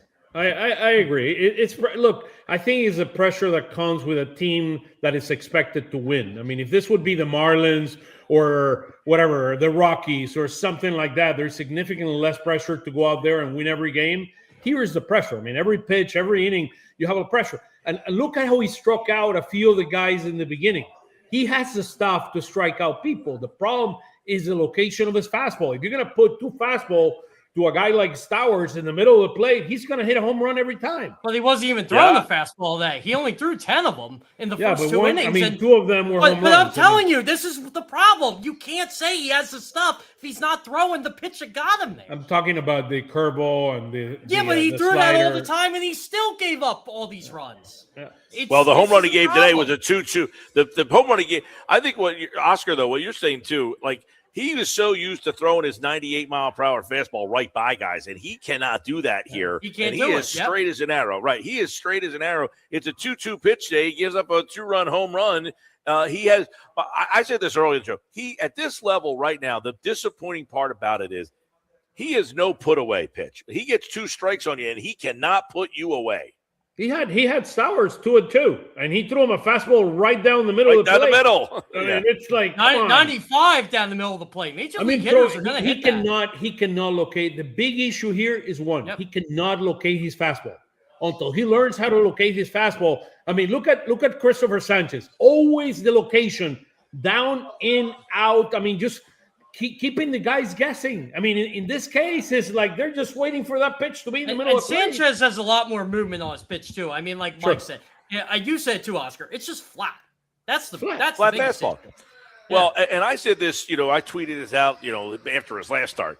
It's time for them to send him down to save him. And then people are like, well, for who? I said, it doesn't matter who it is. Yeah. Right now we're at that point. It doesn't matter. I mean, it doesn't matter the other option. The other option coming up, by the way, can't be any worse than what he's been for you. The other option is they could go out and do a Derek Hill type, a guy that is barely just like Bolin and some of those guys that are barely getting to the major leagues and just trying to get 3-4 innings. I mean, Rangel, I've looked at Rangel's numbers. He's pitched for the last 15 days only twice. 10 innings, 3.89 ERA. He's going to be okay. He's going to be okay. He's going to be more, I look at him more as an innings filler than being a legit pitcher. Let's just put it that way to try to get You're going to have to do bullpen games if you do Alan Rangel. You're going to have to rely on him and Tim Mayza. And here's the other issue. Tanner Banks got rocked today, too. This is the guy you normally would rely on for this. I'm glad you brought him up because he was kind of a surprise story last year, and he was a part of this bullpen that was a surprise. And you're saying, hey, you got Banks, you got Kirk Green, and you've got Alvarado. Now, some of these guys have not bounced back to what you thought. Alvarado hasn't been nearly as good, and Banks is borderline unpitchable at this point. I mean, is that something – we talked a little bit about this yesterday, but you're at the point where you look at your bullpen and almost have to say, we never thought this was a weakness. Now it's turning into one. I mean, Banks has allowed 40 hits in 27 innings. 40 hits in 27 innings in addition to 13 base on balls. I mean, it's scary. I mean, he's it's 192 his whip. I mean, it's scary. I mean, it is plain scary. And I mean, Geoff said it before. I mean, we probably need to go get a lefty. I mean, the challenge is going to be, we need a righty, we need a lefty, and we need a number 5. The other thing, you cannot trade for a 5 and give quality prospects away because they're not going to pitch in the postseason. I mean, exactly. This is the other thing. I mean, it's a catch-22. That's why I think the Alan Rangel thing might be the way in the short term. That's where I'm with you, Oscar. Yeah, I think that's what you're going to have to do. And this is what I want to ask both you guys. Is it possible they could option both Painter and Banks? Because Painter's got 3 options and Banks got 2. I mean, I would think Painter just to save him. Banks, to me, I mean, he's a veteran guy. When they traded but to get some bullpen arm, you know what I mean? Like maybe Pop comes back. I mean, that's another option. I mean, Backus. Huh? Backus might come back. Yeah, so that might fix one of the problems. Mm-hmm. Yeah, and just try to get them right. I mean, try to get both of them right, and that they develop. I would love to see Andrew Painter in AAA to see if he's a much better pitcher than he was last year with a 5.5 ERA down in AAA. I was talking about this with Buddy today too. We were talking about we always talk about this every game, like potential options they could do. Like, I think Seth Johnson deserves to get called up to this team. But do you want to waste one of those options just because you're thin on the bullpen? Or do you bring up a guy like Lou Trevino and just say, all right, you're back up, then we'll get rid of you because no one claimed you the last time you were gone? Yeah. You have options. I mean, you definitely have options. You do. More for the reliever than the starter. Bullpen, right. More in the bullpen. Trey Turner was back today, guys. He was back in the leadoff spot, Geoff. Were you surprised that not only was he back, now Don Mattingly, I thought said some interesting things. He said, we've been wanting to get him back there. And then he mentioned that Schwarber is better in the 2-hole OPS. You posted that yesterday, and he's those numbers bear right. He's right. The interesting to me is that Turner's in the 2-hole with Harper protecting him. It didn't help him out at all. So they put him right back to the leadoff spot there. Were you surprised that they went back to him in the leadoff spot? Yeah, I am, but I think it also shows the lack of options. And Oscar and I have talked about this ad nauseum at this point. Like, you can't put 3 lefties, 1, 2, 3, even though last night I said it might work just because of who you were facing. I don't think that's a long-term solution. I think my issue is and Oscar's harped about this all year, and he's been absolutely right. the depth of this lineup is just bad. And this is why Trey Turner can't hit 6. You can't have 3 lefties to start. You can't move Turner down. I think it's more Trey Turner. You're Trey Turner. You got to hit your way out of it. And to give Trey Turner some credit here, he does have 2 hits today. By the way, another home run just went. Also. Yeah. They got, I think, 4 or 5 already. I mean, I'm not counting. 2 from Stowers. He's on my fantasy team. Good for him. Marcy just hit one. I mean, the bullpen's taking their lumps today. Well, and listen, the bullpen's taking their lumps, and you don't have an off day tomorrow, and you had to go to the bullpen in the 2nd inning today. So now this could carry over to the next series. I mean, that's where that's why I'm thinking. Why is Kerkering throwing today? I'm looking at Kerkering. Why is he throwing today? I mean, it's like there's a like to get him in. When's the last time Kerkering pitched? Was it? I don't know. Saturday? Yeah, Saturday last time that's what they did. Kruk had said during the broadcast that he hasn't pitched in a couple of days, so maybe that's the only reason he got in there today. Or maybe just give him some work, get him hot or something. Like and look, they are off Friday if you want to play that game, but I do think there's going to be some roster construction with this bullpen tomorrow just because of all the guys they're using. Yeah, that's true. I'll tell you, and by the way, Turner with an error that led to a 2-run homer. I mean, I don't know. By the way. Today was a unique opportunity for Mattingly to move him maybe to 4th, to move him down the order. Yeah, in a getaway game. Yep. This was the opportunity after what March did yesterday as a leadoff. I would have replicated exactly what you did yesterday. I'm with you on that. And I think I would just went test him. And what? He puts some leadoff. I mean, come on. Yeah. And in fairness, I mean, they did score 2 in the first and 2 in the second, so they did. I like the hits. I like the hit. Both March and Baum's hit. Those were quality hits. By the way, I was looking at some of the stats. The Phillies are 27th in baseball, 28th in baseball. They need the home run ball to be able to score runs. I mean, that's the bottom line. And we're the worst team in baseball hitting with men's in a scoring position. And by the way, they don't have a whole heck of a lot of guys hitting home runs, so that's a bad sign right there.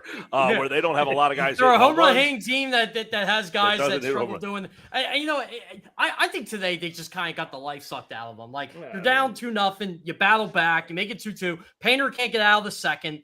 Then it's 6-2. You battle back again, and then the Banks comes in. I mean, look, it was still a game till the 6th inning, and then everything just kind of went haywire. But the only thing that I like today is the base hits. I mean, the base hits to bring in runs. This is the baseball you like. I will say it was 6-4. It was actually 6-2. They balked a run in, and then you scored another run on a throwing error that made it 6-4. But you had Schwarber up, Harper, the middle of your order with the bases loaded, and had a chance to kind of get back into this game, and they end up making it 6-4, and then that was kind of it. And then, as you mentioned, Jeff, they went to the bullpen. The error starts that inning from Turner, and then the home run, and now it's 8-4, then it's 10-4, and now it's 12-4. Another question for you guys: while Sugar's pitching here, I don't think he should be sent down, but Sugar's out. He's taking the long walk. This is bad. He can't even get out of the inning. They got to replace him. Yeah, exactly. In a 10-4 game or 11-4, I get. Yeah, he's coming out. He's I'm a little behind him. He's helped this team tremendously. I would not send him down. He would not. I wouldn't either. There are other guys, but it's definitely something that you might think about. Well, we talk about this a lot with guys who are not everyday players, and you overexpose them. Is Sugar getting? Are they relying on him too much? Yeah. He doesn't have any options left, if I'm correct. You guys might know. Well, all right. Well, guys, if you're looking for a dad's present, Foley, the Phillies Sports Shop, that is the place to go. I mean, John Foley has tremendous presents for you if you're looking for a present for your dad or your not your mom, but your dad or your grandfather. Or why can't your mom? It's Father's Day weekend.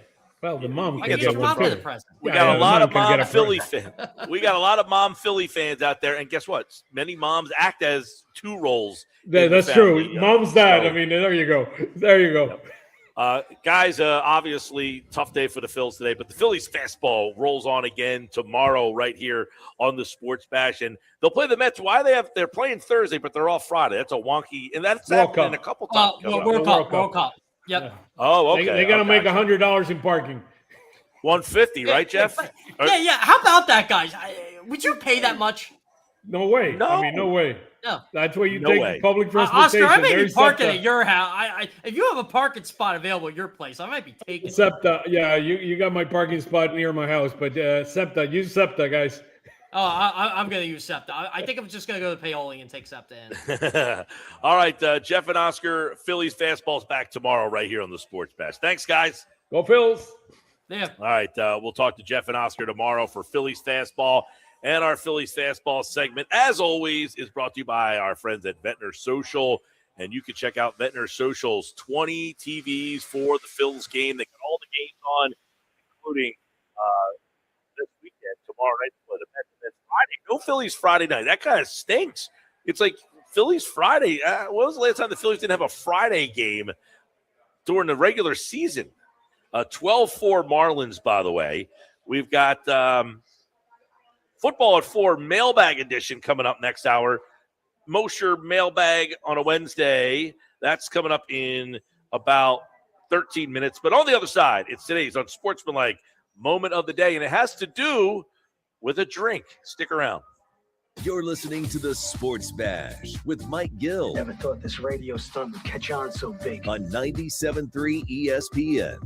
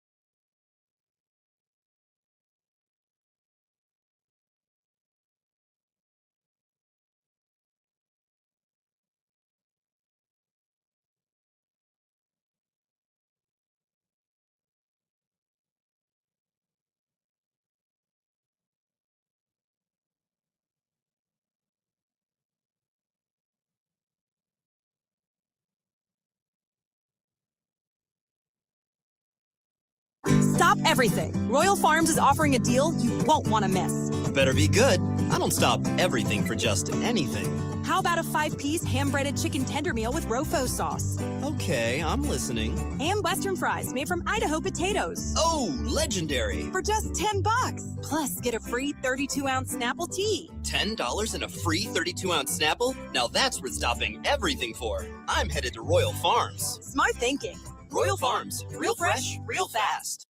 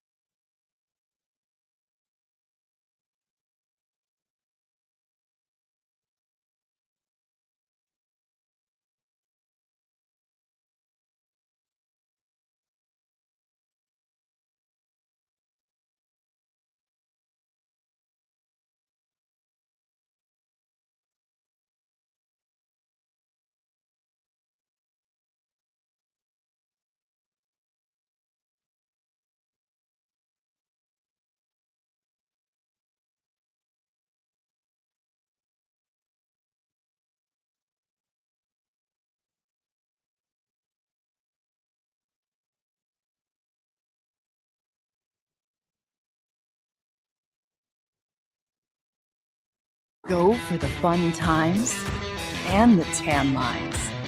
Experience an Atlantic City you never knew. Go to Ocean. Go for the win. Must be 21 or older. Gambling problem? Call 1-800.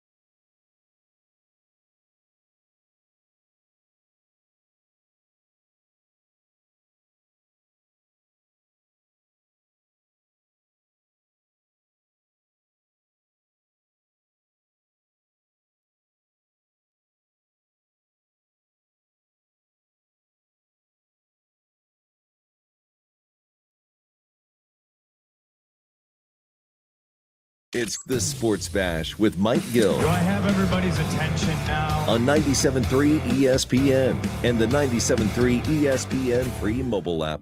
Bring back the root beer float. Also, I don't know about you guys. We used to have them at home all the time. All the time. A little barbecue action, dessert. How about a root beer float? I don't know if people are making root beer floats at home anymore, or at least I'm not hearing about it. Well, I can tell you that my kids are 12 and 10. I think if they're listening or watching right now, this is the first moment they probably have ever heard of a root beer float. What? I'll ask them.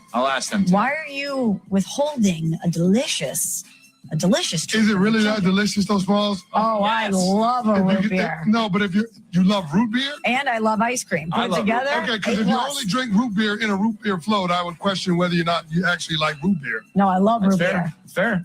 I love it in a glass bottle. I love a fountain root beer over tiny pebble ice. I feel like you're in the minority with this take, Smalls. No. On root beer or root beer float? Root beer. Oh, I love root beer. What? Root beer is love it. Popular. Y'all love root beer? My favorite. Root beer is amazing. Arguably my favorite meal ever, an Italian sub, salt and vinegar chips, fountain root beer. All right, that is our Unsportsmanlike moment of the day from this morning on Unsportsmanlike.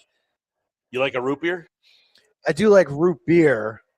I don't really care for the root beer float. I don't know that I've ever had a root beer float. It's very fizzy. It's sweet on sweet, right? Did you have? Huh? Mike didn't have a root beer float as a child? I don't remember it vividly. I'm not ruling it out that I've ever had one, but it's not like a go-to for me at all. And if I did have a root beer float, unmemorable, and it has been phased out of my existence. Yeah. Wow. Now, the root beer. So what do you go root beer? You go mug? You go Barks? What's the root beer you go? I love a mug root beer. Yeah, I go mug. See, I don't think I can't remember the last time I drank root beer. Now, mug is a Pepsi product. Not 100% sure on who owns what side of the root beer. Mm-hmm.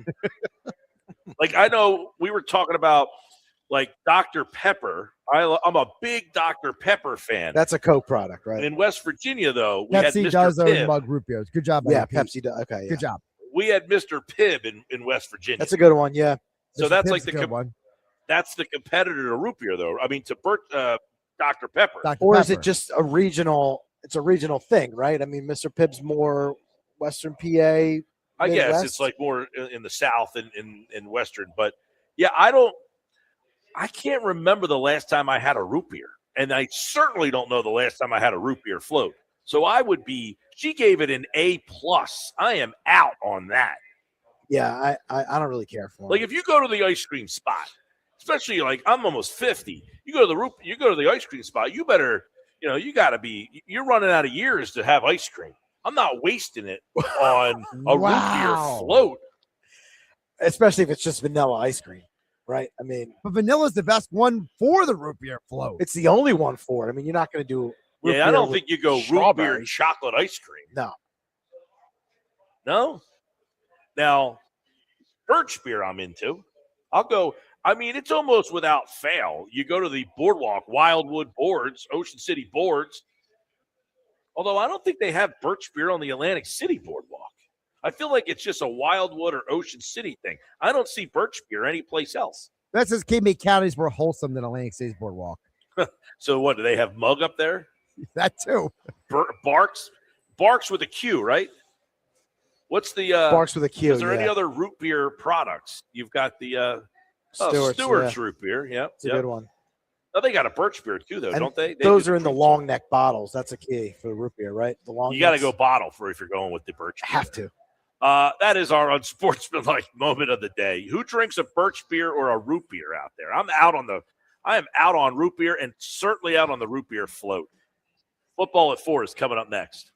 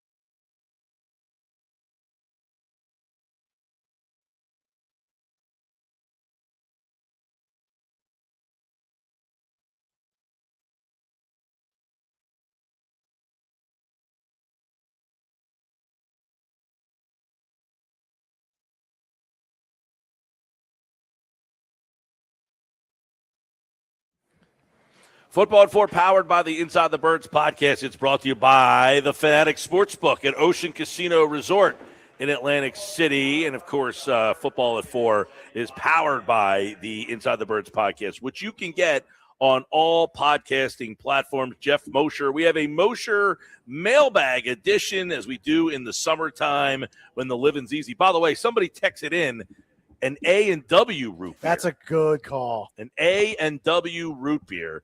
Probably higher on the list than Barks, and I would probably even say it's higher on the list than the Mug. I've had an A&W. Mug and Barks, I don't know that I've been all that down the road, but somebody texted in and said that I actually blew their mind, that I don't remember if I've ever had a root beer float. Geoff Mosher's in the house for today's Football at 4. What's up, Moshe? What's going on, man? A&W was like my childhood. I remember A&W root beer. It was the best. I know.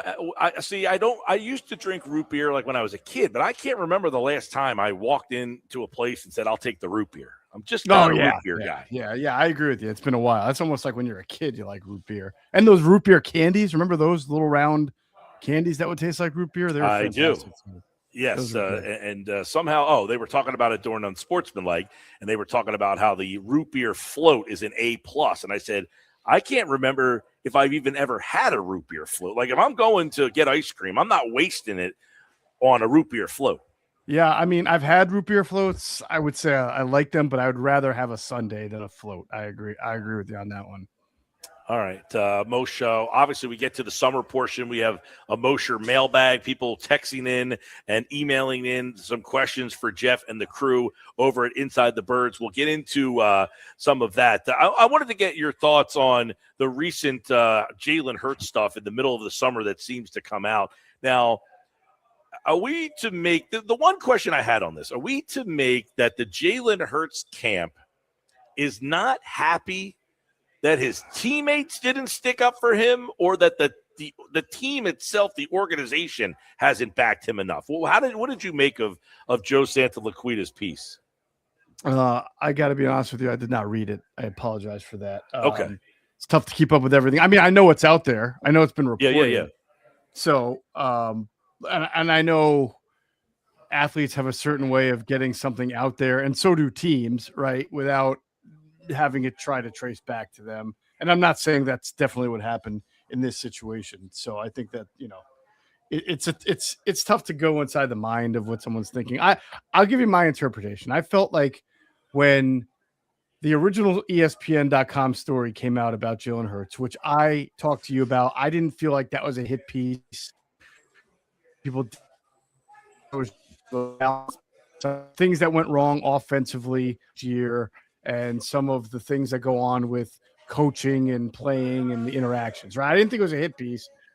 But when Howie Roseman was asked about it, I felt like his answer was more, and I think we had this conversation too, his answer seemed to be more about, hey, that didn't come from us, than it was about, hey, people shouldn't write that about our quarterback.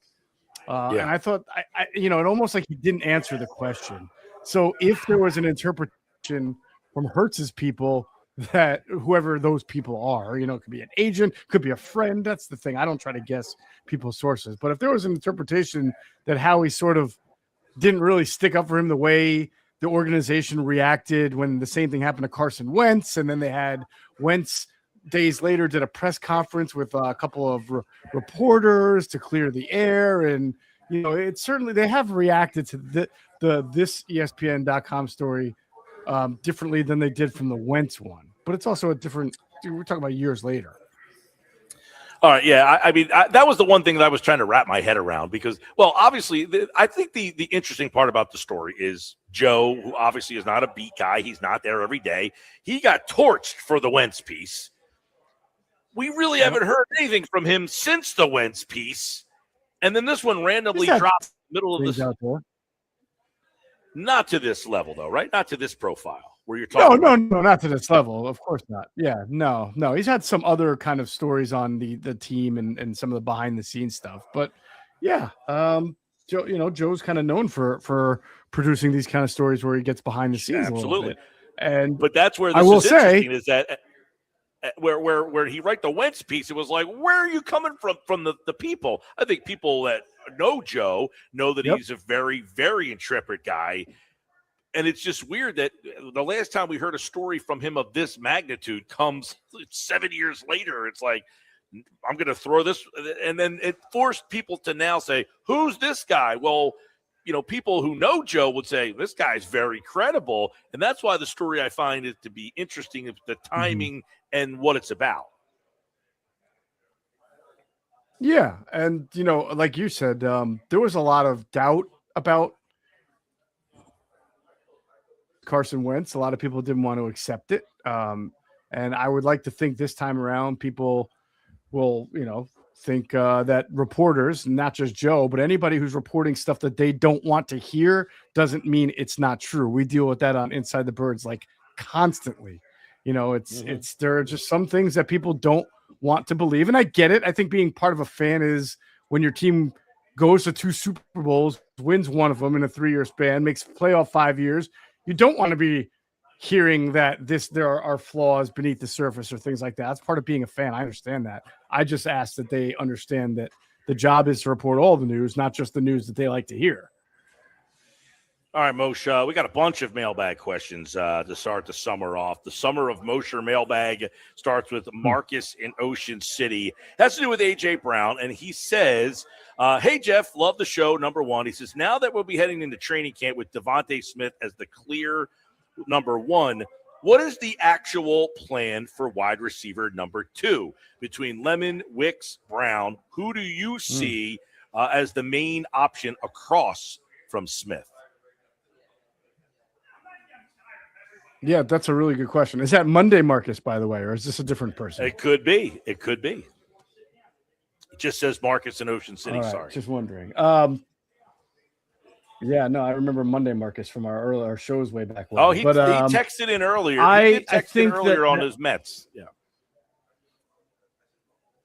Nice. Okay. I would think it's a little too early to tell. I mean, clearly Devontae Smith's the number one. He's going to get for a monster year of targets, receptions, things like that. But you have to remember that with this offense, you're going to see a mix of 11 personnel and 12 personnel. So there's probably going to, and maybe even 13 personnel. I mean, I think that there's going to be a little bit of a copycat of what the Rams did last year with their 3 tight ends. Probably see different receivers being used situationally outside of Devontae Smith. Lemon will be a slot receiver a lot of times in 11 personnel when they have 3 receivers on the field. Who will be the other outside receiver? It could be Dontavian Wicks. It could be Marquise Brown. Could depend on down and distance. Could depend on situationally, whether you're in the red zone, high red zone, low red zone. I mean, both those guys have different traits and different strengths. But if you're asking me to say who, obviously Devontae Smith will be number one. I would think Mekhi Lemon would wind up by the end of the year being your second most receptions for a wide receiver. And I think the organization would love for Wicks to be 3 because that means that he came in here and found a role, carved a little niche out, and became a big part of the offense because he's here next year too, whereas you've got a 1-year mercenary in Hollywood Brown.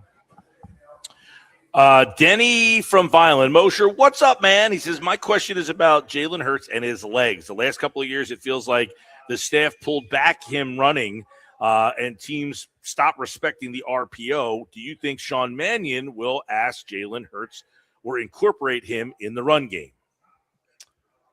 Man, that is a great question. Without I would love to have had at least 2 training camp practices to see. I don't know that the quarterback running element is going to be that big of a weapon. I know that a lot of people feel like that's where the offense really regressed last year is because Jalen Hurts did not want to run. But I mean, if you look at other of these kind of Shanahan style West Coast offenses or McVay style West Coast offenses, you don't see a whole lot of quarterback runs. Now, not a lot of them have a Jalen Hurts. But I mean, Jordan Love doesn't do a ton of design runs in the LaFleur offense with Green Bay. Trevor Lawrence doesn't do a ton. He'll do some. Everybody remembers that run he had against the Chiefs to win that game in the fourth quarter. I think that was not a design run, though. I don't remember. So would it surprise me if there are some design runs? No. I just don't think it's going to be like a central part of the offense like it once was years ago. All right, good question there from Denny over there in Vinyl. Let's go to Sal in Egg Harbor Township. Jeff, help me out with this one. What are you hearing about Tank Bigsby? Do you think he will have a bigger role in the run game this season? Yeah, it's tough really to get intel right now on certain players when you have a new offense being instilled and the coaches themselves are trying to fact find and see what's best. But as I wrote, and some people got carried away with the aggregation, Bigsby is a really good fit for the kind of wide zone runs that they're going to implement because he's just a one-cut runner, and he had some experience with that last year in Jacksonville, which also does under Liam Cohen some wide zone blocking. And I can just see him. That's his natural style, is to make one cut and get downhill. And being a one-cut runner from a wide zone is different than being one-cut runner inside zone. So I think he'll fit the offense well. And I made the comp like on the podcast with Adam. You know, Bijan Robinson had an unbelievable year last year. He had 2,300 total yards from scrimmage. It was unbelievable.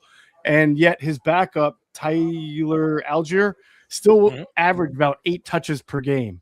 Last year, Bigsby averaged about 4 touches per game. So I believe there's still an opportunity to have Saquon Barkley have a bonkers year and still get the ball to Tank Bigsby a little more. All right, this one says Billy's down from Billy down the shore. So I guess Billy might be living in Philly. Maybe he's down the shore chiming in. He wants to know, Jeff, do you think Roseman has one more trick up his sleeve before the summer ends to find a starter at safety, or do they like that room? No, they have a starting safety. Why a starting safety better than Cooper DeJean? I mean, that to me is your starting safety. He's going to be your starter in base downs, which means on first and second down. When you think the team's going to run, he's probably going to be out there quite a bit. They're going to play a lot of teams this year, like the Rams, like the Jaguars, like the Bears, who play multiple tight ends. They live in 12 personnel or 13 personnel or whatever. So you will see Cooper DeJean at safety quite a bit this year. And then when they're in nickel, he'll move to nickel back, and they'll use a third safety. So there's no reason to trade for a starting safety when what you really are looking for is a good quality third safety. But between Marcus Epps and Michael Carter II, they should probably feel comfortable. And if they don't, they'll look for an upgrade there. But that's not really a starter. All right, Greg in Atlantic City. He says, hey, Jeff, Inside the Birds has been killing it with the contract series lately. Good stuff there. Thank you. Thank you. Yes, he says, you guys were talking about the challenges of extending some of the young defensive guys. What do you think about Maro Ojomo entering his final year of the deal? It's funny, we talked about that with Adam the other day. I said, do you think Ojomo can get a deal similar to what Milton Williams ended up getting? And what did Adam say? You forgot. That's okay. I can expand on it. Well, no, the way that he answered it was almost as if it depends on if the playing time and what's out there, similar, because Williams that year, he ended up getting a lot more playing time than he had gotten the year before. Correct. And Jomo did the same thing last year than the year before, and he should be as the main defensive tackle for when they're in a 4-man rush. It's still him and Carter, even though Jordan Davis gets a little more opportunities now. He should see 65% of the snaps.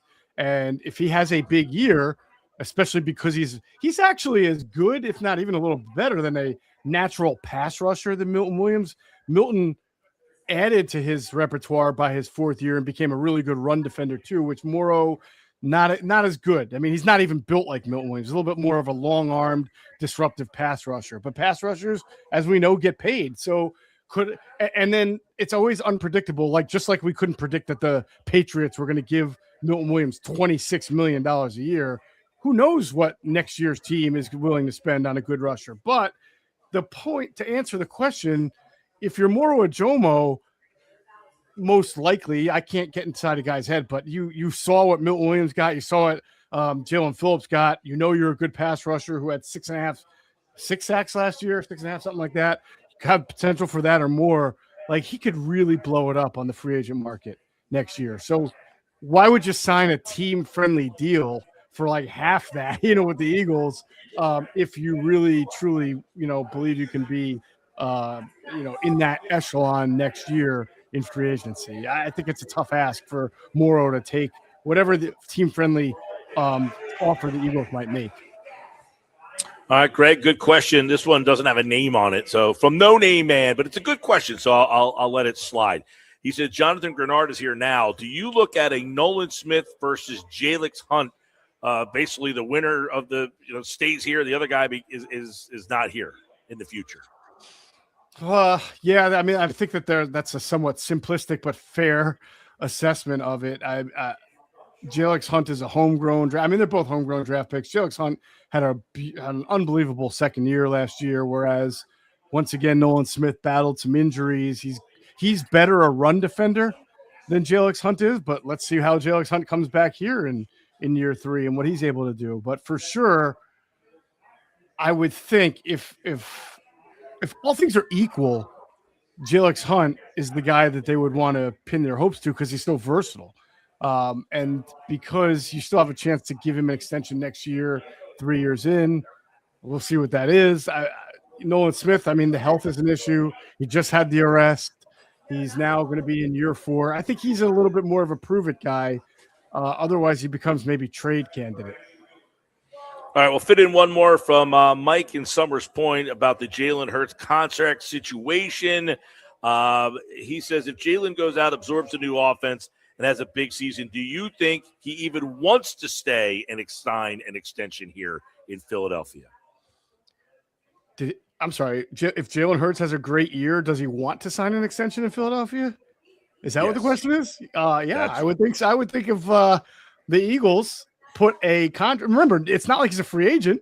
So the only team that can offer him a lot of money next year are the Eagles or a team that's going to trade for him and offer him a lot of money. But if the Eagles put a contract in front of him and now it's $65 million a year, whatever the number is for the next 5 years, what's he going to do? Say no? I mean, is he going to say, I don't like that people criticize me in the media. I'm going to try to do this again for 2 more years until my contract runs out and then hit it big in free agency. No, people don't do that. So I think he'll be just fine taking that money.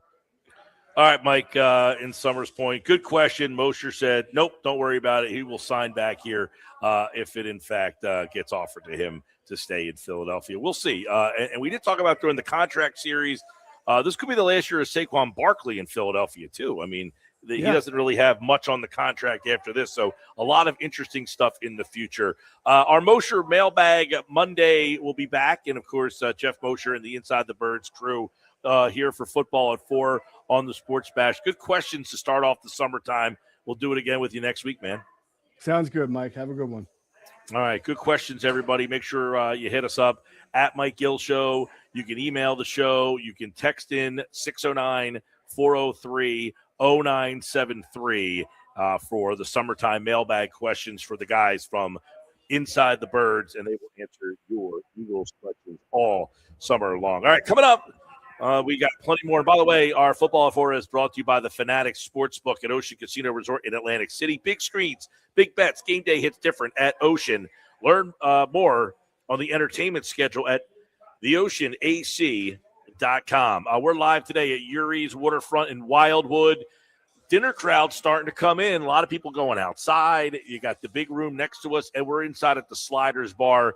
They got the World Cup on now. Phillies game is over. Our watch party with the Phils, a little bit of a dud. Phils got blown out today there, Pete, 12-4. But they still win the series. Bright side. Good for them. On the bright side. Coming up, we got the Nuggets, but we talked about the World Cup. Celebrate the World Cup 2026 with Soccer Fest at the Camden Waterfront. It's June 25th through the 27th. From noon to 10 every day, watch across 3 days on huge soccer screens outside. Sign up for the New Jersey Youth Soccer Association sessions held at Rutgers Camden Field. Shop local at the Made in Camden Village. Check out the International Food Market, South Jersey's award-winning wineries and breweries, live music, and more. Be sure to take the Patco to City Hall Station or take the New Jersey Transit River Line. Register for free tickets in advance at soccerfest26.com. We're back at Urie's in Wildwood. Stop on down for the summer meal before you head out tonight right here on the Sports Bash. You're listening to the Sports Bash with Mike Gill. And if you're not down with that, We got 2 words for you. On 97.3 ESPN and the 97.3 ESPN free mobile app.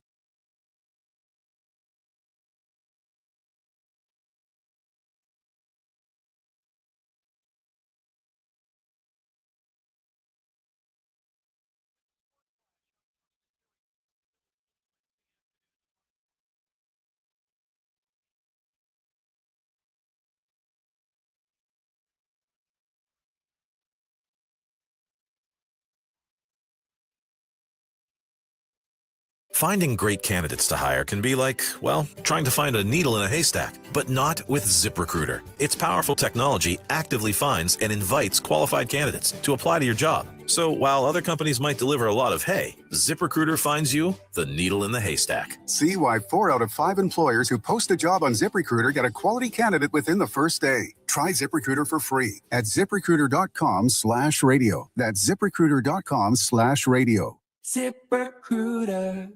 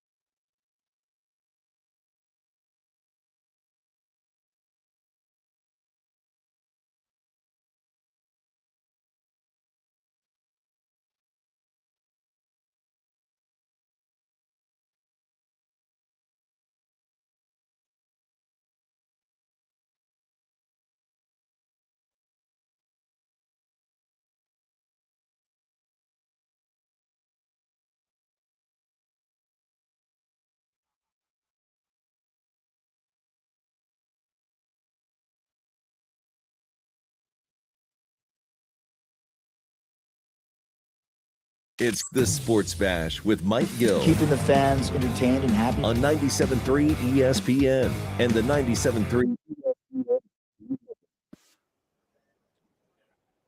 All right, 428, we're live here at Yuri's Waterfront in Wildwood, Rio Grande Avenue, the foot of the bridge. The dinner crowd is starting to pop in here a little early. Happy hour goes till 5 o'clock, so you can get the drink specials until then. So you got about a half an hour to get all that. I like the now tonight you got World Cup soccer on, right? No other what else you got? No NBA, no NHL. What's left? West Virginia lost today, right? Are they done? Yeah, West Virginia is done. Well, they're still playing. I think they were down 10-1 last I saw.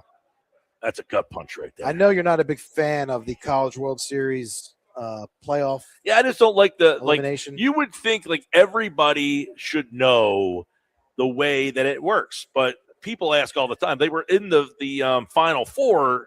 They were actually in the Final Four, and then to get out of the Final Four, it was like it's a double elimination situation. It's really wonky. 12-2 now. Yeah, 12-2 beat. Yeah. A buddy of mine asked me, if I was planning on going, I said maybe if they make the finals, but it's really expensive. A flight from wherever to Omaha is tough to find. But all right, we're live at Yuri's. A lot of people. Look at all the people heading outside. I mean, you got a lot of people heading out there for dinner tonight, man. I would like to see what's on the menu because we got the Sliders bar menu right here, and they got that happy hour thing going until 5. But right now, it's time for the Nuggets. Nick Earnshaw's back with today's edition of Nick's Nuggets on the Sports Bash. What's up, Nick? What's going on, Mike? Yeah, it's looking like you're not going to be heading out to Omaha for any final or anything for your guys at WVU. Neither will you, Pete. You guys aren't going to go out there. It's a shame. It's a damn shame. I have no dog in the fight. Good Cinderella run, though. Yes, it absolutely was. Absolutely was. But, they're giving up 12 runs, kind of like the Phillies did today. They gave up 12 runs. And nugget number one, it's simple. Andrew Painter must be sent down. Has to be sent down. It's over, Mike. All right? You got to send this guy down at this point. Another tough start today. 1-8 on the year, an ERA above 7. I mean, you look at his last couple of starts against Milwaukee, not even including today, 5 earned runs. Before that, against the White Sox, 6 earned runs, 4 earned runs against the Dodgers.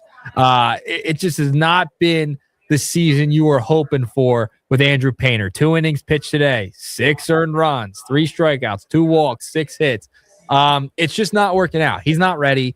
It's a shame because he's had so much expectation placed upon him, but it's just is not going his way. The fastball is a problem. The whip is really high.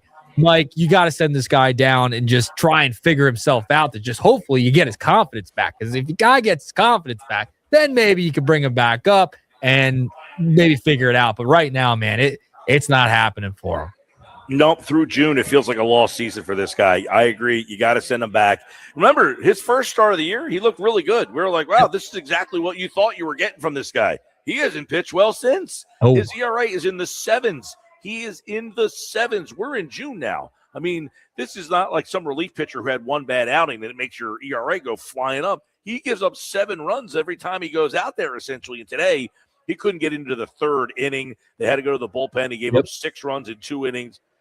You got to send him back to save the kid. At this point, you need to save him. If you think that this guy is what you hoped, a top-of-the-rotation pitcher, you need to help the kid out by getting him back some confidence. You have completely his confidence has been completely stripped, and you're at the point now where if you keep sending him out there and these are the results, you're going to lose this kid. You can't afford that because there's been so many opportunities that you could have improved this team by using him, and I think that those opportunities could be few and far between now. Yeah, I think so. And this was my concern heading into the year. He had an ERA over 6 coming off Tommy John last year in AAA. You and I talking about it every single time, right? Like AAA, yeah, it's right there. It's a step below the big leagues, but it's actually really a big step below the big leagues. And it's been clear this year he was not ready. I didn't think he was ready at all. Like they put a lot of pressure on him to be a part of this rotation and be one of the top guys. They gave him every opportunity. It's time to send him down. And before the year, it just was like, I don't know if this is the right time to bring him up, especially after the Tommy John and after the season he had last year. it still looked like he might need like another year to figure it out, because last year was an atrocity, and now you thought, oh, this is going to be fine. His stuff it looks great. His stuff is major league ready. It's not. He's just not there yet. The stuff might look like it, but he doesn't know how to use the stuff just yet. And that was the concern heading into the year. And that's the thing, really, for the fan base is when you make somebody untouchable. Yeah, you won't put him in any trade. He's untouchable. You go all in on his potential, and then he comes up and he just, for whatever reason, really struggles. I don't know if it's the Tommy John or he's just not that good of the pressure that you put on him. It just turns the fan base off. Well, That's you're right. Killer. You're right, Nick. They didn't do the kid any favors by the amount of, they've handled this situation poorly. One, they said he was going to come up in July of last year. That didn't happen. So then you basically told the guy, you're coming up in July, and he wasn't good enough. So then you never addressed it and just never brought the kid up. Then this year, you hand him this job. You didn't bring in a veteran pitcher, to compete with him. You basically said, you're going to make the opening day roster. So it didn't matter how well he pitched. Here we are, 10, 11, 12 starts into his career, and he's been dreadful. But all we've ever heard about this guy is, well, he's going to be, on the level of Paul Skeens and Nolan McLean and Jacob Mizorowski. And you got one of those top of the rotation ace pitchers. And now you're watching this guy and you're like, our guy's nothing like those guys. Like, those guys all have success. McLean's been up and down a little bit this year, but he did pitch for, Team USA in the World Baseball Classic. You've got Mizorowski striking 15 guys out. You got Paul Skeens winning a Cy Young Award. And your guys over here getting talked about going back to AAA. So I think the Phillies need to step in here and send him back to the minors so that he can gain some confidence back. Because right now he looks like a pitcher who is completely devoid of confidence. And listen, we've criticized Dave Dombrowski a lot. He hasn't made the right signing for a right-handed bat. They've just cheaped out and gone with a $10 million prove-it deal type of guy every single year. This could be the nail in the coffin for Dave Dombrowski. The way he's handled Andrew Painter, bringing him up way too fast. Could you imagine if Painter really doesn't turn out in the next couple of years and isn't a solid starting pitcher for you? I mean, that would be another thing to add to Dombrowski's list as to he botched the development of Andrew Painter. He brought him up way too early. He handed him a job, had too much confidence in him too early, coming off of a tough year in the minor leagues after the Tommy John surgery. You didn't let him get a chance to get his feet wet in the minors once again and then build some confidence to come back and pitch in the major leagues. So this has to be on Dave Dombrowski too, for putting too much strenuous pressure on Andrew Painter, especially when he really didn't deserve it yet. The stuff, all I heard all offseason from everybody was the stuff's good. The stuff is major league ready. Well, the kid might not have been ready. The stuff might be ready, but he has no idea how the hell to use it yet. He just can't. He's getting crushed. And he got crushed last year in AAA. So I that's why I had so many concerns. And you and I talked about it all offseason. I was on the side of, I don't know. I don't think Painter's going to be ready to come up and pitch well and be that Skeens, Mizorowski, one of those high-end talents that everyone around Major League Baseball seems to be getting. But the Phillies, I didn't think he was ready yet. And that proved to happen. Well, I will say I was on the other side of that. I definitely thought that he would come up here after Tommy John and that he would get the command and that he did have the stuff and that I was believing what I was being told from many people, not just the Phillies organization. You were hearing from guys like, Keith Law, guys who cover the minor leagues. Yep. Listen, this guy was untouchable for a reason. Everybody thought that, look, he's a 6'5" guy who throws 98 miles an hour. You're thinking this guy's got the makeup. He's got the stuff. You saw him throw in the minors where he did rack up a lot of strikeouts. His problem was the walks, the command, the lack thereof. Yep. That is now translated to the big league level. Mike, and that's Yeah, why but that's why I had pause. That's why I had pause. Yeah, but that's normal for a guy coming off Tommy John surgery where they don't have the command right away. That's what worries me, though. Some guys recover fine from Tommy John. Other guys, they're never the same pitcher again. You have kids nowadays getting Tommy John surgery on purpose so I know. that they can basically get it out of the way. That should be a last resort, though, right? Well, a lot of people think that sometimes you come back even stronger Sure. from the surgery and that you get it out of the way and that now your arm is stronger. I've seen a lot of guys get the Tommy John, come back that first year. Sandy Alcantara is one of those guys. He struggled a lot last year with command. He has been much better this year. Now, he's not back to where he was, but a lot of guys that first year. To me, his fastball. Now, I don't know what kind of movement he had on his fastball pre-Tommy John. Did he have more movement? Because the fastball that he has right now, the problem is it just has no movement. You see some of these guys, even guys who don't throw that hard. A guy like Greg Maddux would throw his fastball and it would just kind of, sail off, it would tail away or tail in. Which means he won't throw it. I mean, he doesn't have confidence in throwing it. So well, the one he threw today was hit over the wall. He should stop throwing that pitch. Well, that's the problem. You can't stop throwing that. I mean, you have to be able. Mizorowski the other night threw, I think they said like 80% fastball, something like that. He was throwing 103 point whatever in the ninth. Yeah. But if he was throwing 93 in the ninth, the way that he placed it and moved it in and out, you can get away with that. You can't get away throwing 98 over the middle of the plate. And that's where Painter right now, he's living in the middle of the plate. Yep. And the Phillies did not address it. They just handed him a job and said, "You're the guy." It did not work out. I think that was the biggest thing. Josh asked a good question earlier in the show, which is who's at fault for that? Who's the one that says, look, we don't need to bring anybody in? I think the Phillies wanted to bring back Walker Buehler. Walker didn't want to come back here. He wanted to start, and he wanted to basically be, put it in a rotation, so he went to San Diego. But I think if they would have brought him here, and then he competes with Taijuan Walker and Andrew Painter. But here's the thing. I think the Phillies ultimately wanted Andrew Painter up here. I don't think they wanted another year of hearing, well, when are you going to bring this guy up? When is he going to be ready? And they also didn't want him to go down there and not look ready because that would have made it even worse. Now, I don't think they ever envisioned a guy with an ERA in the sevens. This is the worst of the worst case scenarios. Yep. It could not have gone any worse for Painter's start to his career. It's a shame because there's a lot of expectations on the kid. He does have good stuff.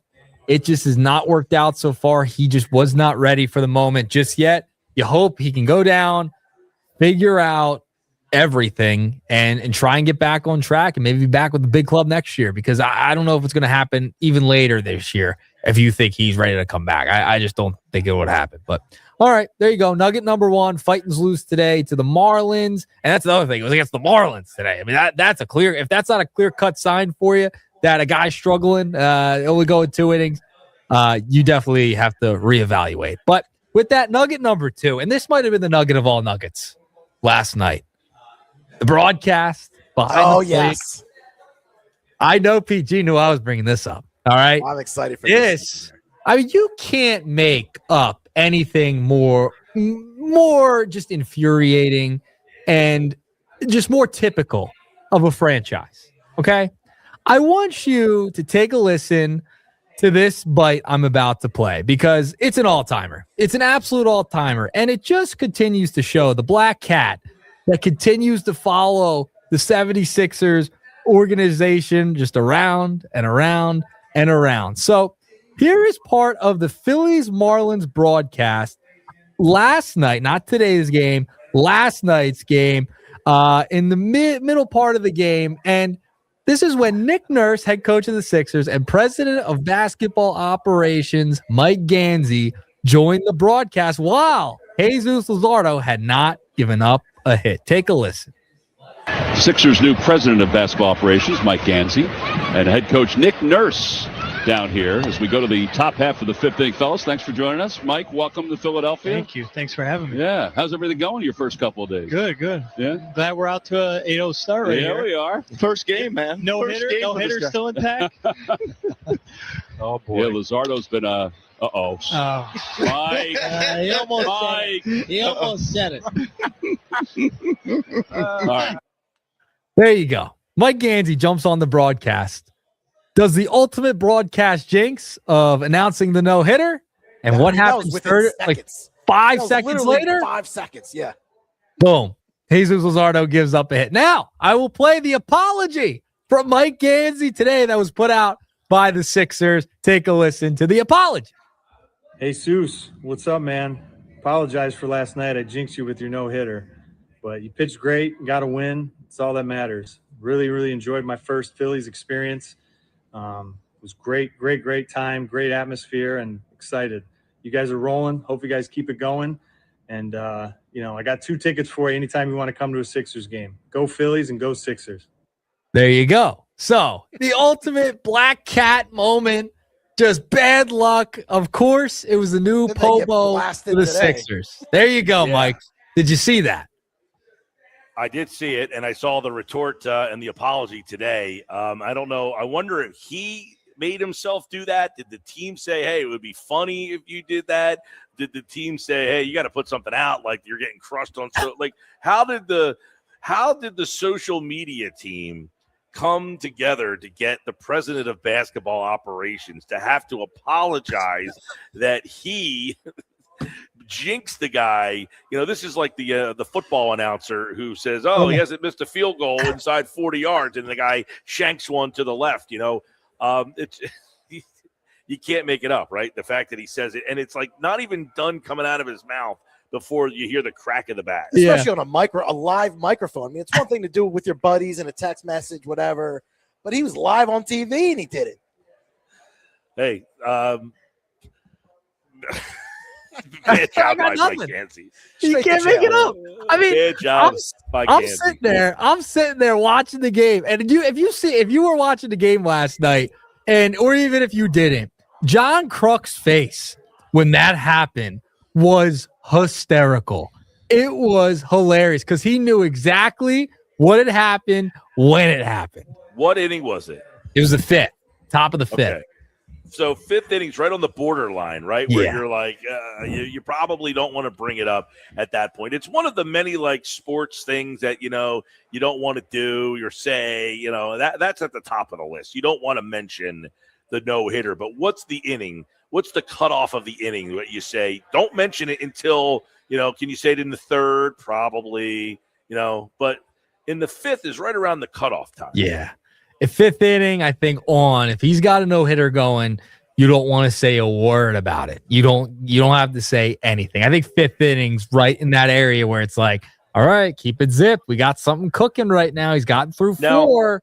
Do you like the fact that he gave the apology, or would you have just let it go and just forgot about it? I'm glad they like addressed it. I'm glad they addressed it because, if you just kind of let it go and it was talked about all night last night. I mean, that thing was, I tweeted about it right away. There was clips going around. People were yapping. Like, of course, this is the Sixers.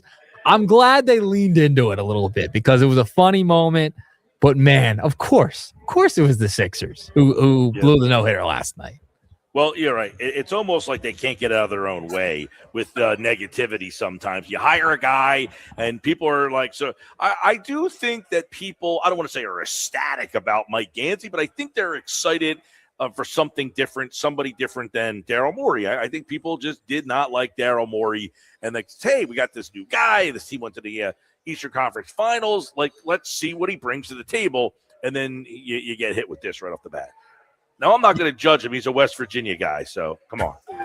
Yeah, now, is it a bad thing that he didn't know, like, hey, the kind of etiquette, you probably shouldn't talk about a no-hitter? Or is someone I saw tweet out, like, the guy's so locked into basketball, he doesn't know, he doesn't care about anything else. Well, I was going to say, I think most people who are professionals at other sports sometimes are so obtuse to other sports and their etiquettes that he probably just didn't even know. The question I have now, is there a Mike Gansey curse? is he just bad juju and bad omens all over the place? So if he goes to the Sixers organization, is he going to infect that organization with his bad juju? Because he's got some bad juju right now. This is why you can't make it up, because he just gets hired to the 76ers. And of course this happens. Of course. So I did see, though, I don't Peanut know, allergies. somebody tweeted out. Jinxes. Somebody I mean, tweeted out jeez. somebody tweeted out the Minnesota curse. All these guys who have been traded from Minnesota teams that have gone and won, like Karl Anthony Towns to the Knicks, they win a world championship. Kevin Garnett got traded to the Celtics, and they won a championship. There was a bunch of other guys. Sam Darnold, he left the Vikings, and he won a championship. So there was about 5 or 6 of them, though, that all left Minnesota teams and went to win a championship. It's like you come to Philadelphia, you got the peanut allergy, you forget how to shoot, you get burner accounts. I mean, the list goes on and on and on. So that's why you see this last night. You're like, how? They weren't even 5 seconds in. Listen, the Knicks lasted 53 years. The Sixers are on 43 years. So we could go 10 more and still not get one. That's so long. That's such a long time. I got to go tomorrow. This guy's making me wake up at 3 a.m. 3 a.m. tomorrow to get on Nuggets the train. has to go to the Knicks parade tomorrow. Oh, really? I got to stop making bets. Yeah. What I got to do is stop making bets. This is your punishment for a bet? I continue to lose bets. I had to sing the Mets song with Schwan 2 years ago when I said the Phillies would beat the Knicks or the Mets. Are you wearing any Philly gear? What's your No, that's part of the loss. I have to wear all Knicks stuff. See, if I was your friend, I would say that I would make you go in like a Spurs thing until you get your ass kicked. I think he likes me a little bit. Now, I don't think we've seen Nuggets ever again. This might be the last nugget. This might be the last nugget. I have made him, so he bet with me in the past with the Eagles, and I made him and forced him to go to the Eagles parade, wear all Eagles stuff. Well, you know what you need to do? The next time a team wins, you just need to say the bet. You no longer have to fulfill the bet, and then that ends the bet so that you don't have to keep doing it. If you think the New York teams are going to continue to win. No, I hate New York that much. I'm willing to put Philadelphia's championships up against them in my lifetime. I'm willing to do it. I'm willing to do it every single time. Well, then get used to possibly going up there. I mean, get used to that NJ Transit there, buddy. You're not going to have to go up for any other team, maybe other than the Knicks. I mean, I don't. Now, is he a Yankee or a Mets? Yankee. Okay, you might have to go a Yankee thing. Almost did a couple years ago.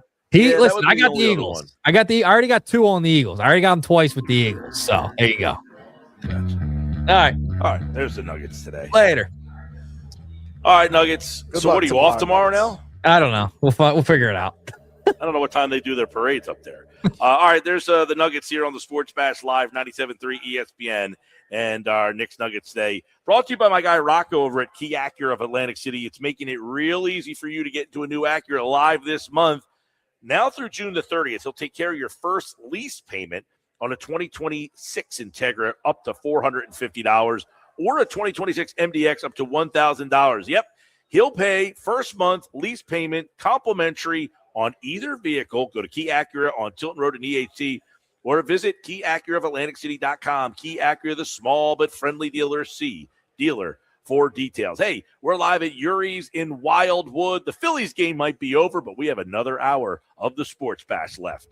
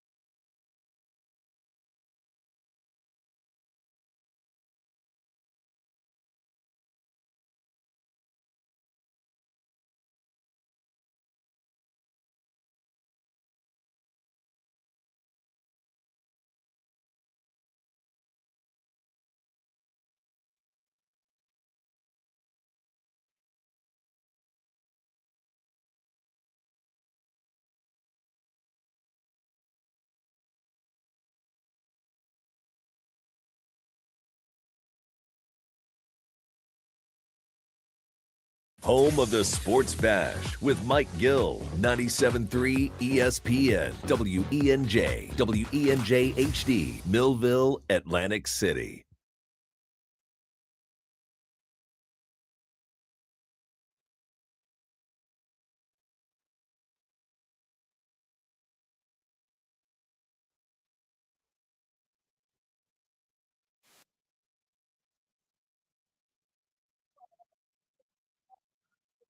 Wildwood, stop on out and have a little dinner tonight. We got the dinner menu, got all the drink specials. I like the drink menu here at Yuri's in Wildwood. They got a great selection at the bar here, including the Tonewood Freshies. That's right up your alley there, PG. I go the Bonesaw Swoosh. They got a bunch of other stuff. Tonewood Poolside. They've got the Cape May Crush in it. They've got the Yards Philly Standard. They got this Kings Road Blue Claw. That's a new lemon lager that don't tell anybody, but Dan gave me a sip before the show. It was pretty good. You're not allowed to be doing that. I told him you're trying to get me fired, Dan. Great spot, Yuri's Wildwood. We're hanging out a couple times this summer. We'll be back here in a couple of weeks, Peachy, right? We'll be here for the home run for the All-Star game, right? July the 2nd, Early we'll be July, here. yep. We'll also be here for the All-Star game festivities, which are in Philadelphia. We'll talk some more Phillies right now with a guy who played for the Phillies. Played 9 years in the majors, and every Wednesday we're talking baseball.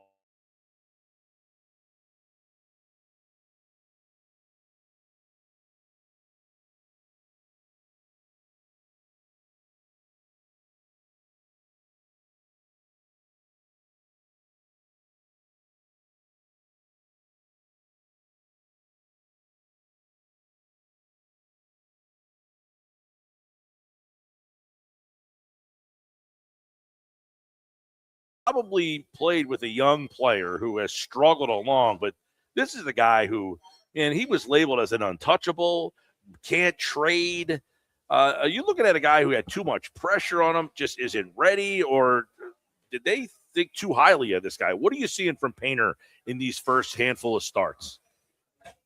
Well, it's not good. I mean, I'd be a fool to come on and say that it looked good. But you just kind of reminded me of something, and it's tied to the Phillies. Yes, I did play with some guys, young guys that came up and struggled. I was a guy who came up when I was young and struggled, and the following year turned it around. Sometimes it's a mentality, but there was a guy that pitched for the Phillies that came up with a lot of high hopes. He was a giant of a man, literally. Jeff Jude, he was huge. Oh, yeah. I remember him in the Astros. Man, he was a big guy. Yes, he was. So Dutch was our catcher. It was one of the coolest things I've ever been a part of, and it happened by chance. Juden, just like Painter, start after start, he was struggling. And after the game, we found our way into the training room to have a couple cold beers. Not everybody, but I was one of them. I'll admit, I would go in there, and Dutch was always icing his knees, so he was always in there. So that particular day, Dutch is on the training table with ice bags on his knees, and Juden's sitting across from him, and Juden kind of like feeling sorry for himself. And he said, "Yeah, I don't know what it is, Dutch." And man, Dutch lit into him. He lit into him. He said, "Maybe you're just not good enough," like a father would do with a son. The coolest thing I've ever seen from a true leader. And Jeff was not, especially being as big as he was not expecting someone to talk to him like that. Like, stop making excuses. Maybe you just don't belong here. And I didn't say a word, but I took that in. I walked out thinking that guy is the best leader I've ever played with. But yeah, back to Andrew Painter. I think if we look at things as a scout would look at it, or let's say, Buxton, I've been bringing him up. I know his name comes up a lot. I think he's the right guy. So let's pretend for a second you're offered as part of a package, Painter, Crawford, whatever else. And they're going to call a pitching coach in and some of their pitching advisors, and they're going to say, take a look at his last several starts. What do you think? It's not going to be like a fan looks at it and looks at his earned run average is one loss, right? They're going to look at his stuff and say, do I think I can do something with this? So we know his stuff he's got that potential, right? And I also know he's coming off surgery. He mentioned it in his post game. And I got to believe him. Can you imagine the frustration of having something done to the interior of your body that when you throw a baseball like you did your whole life, it just doesn't feel the same coming out? Like you don't have that feel. And the guy that told me that was Doc Gooden. After he got hammered in New York, he got hammered around, and he came in, grabbed the towel, sweating bullets, and just happened to sit next to me. I wasn't going to say anything to him, but he said, "Damn, Gally," he said, "when I had a runner on third, I used to be able to reach back and throw it by him.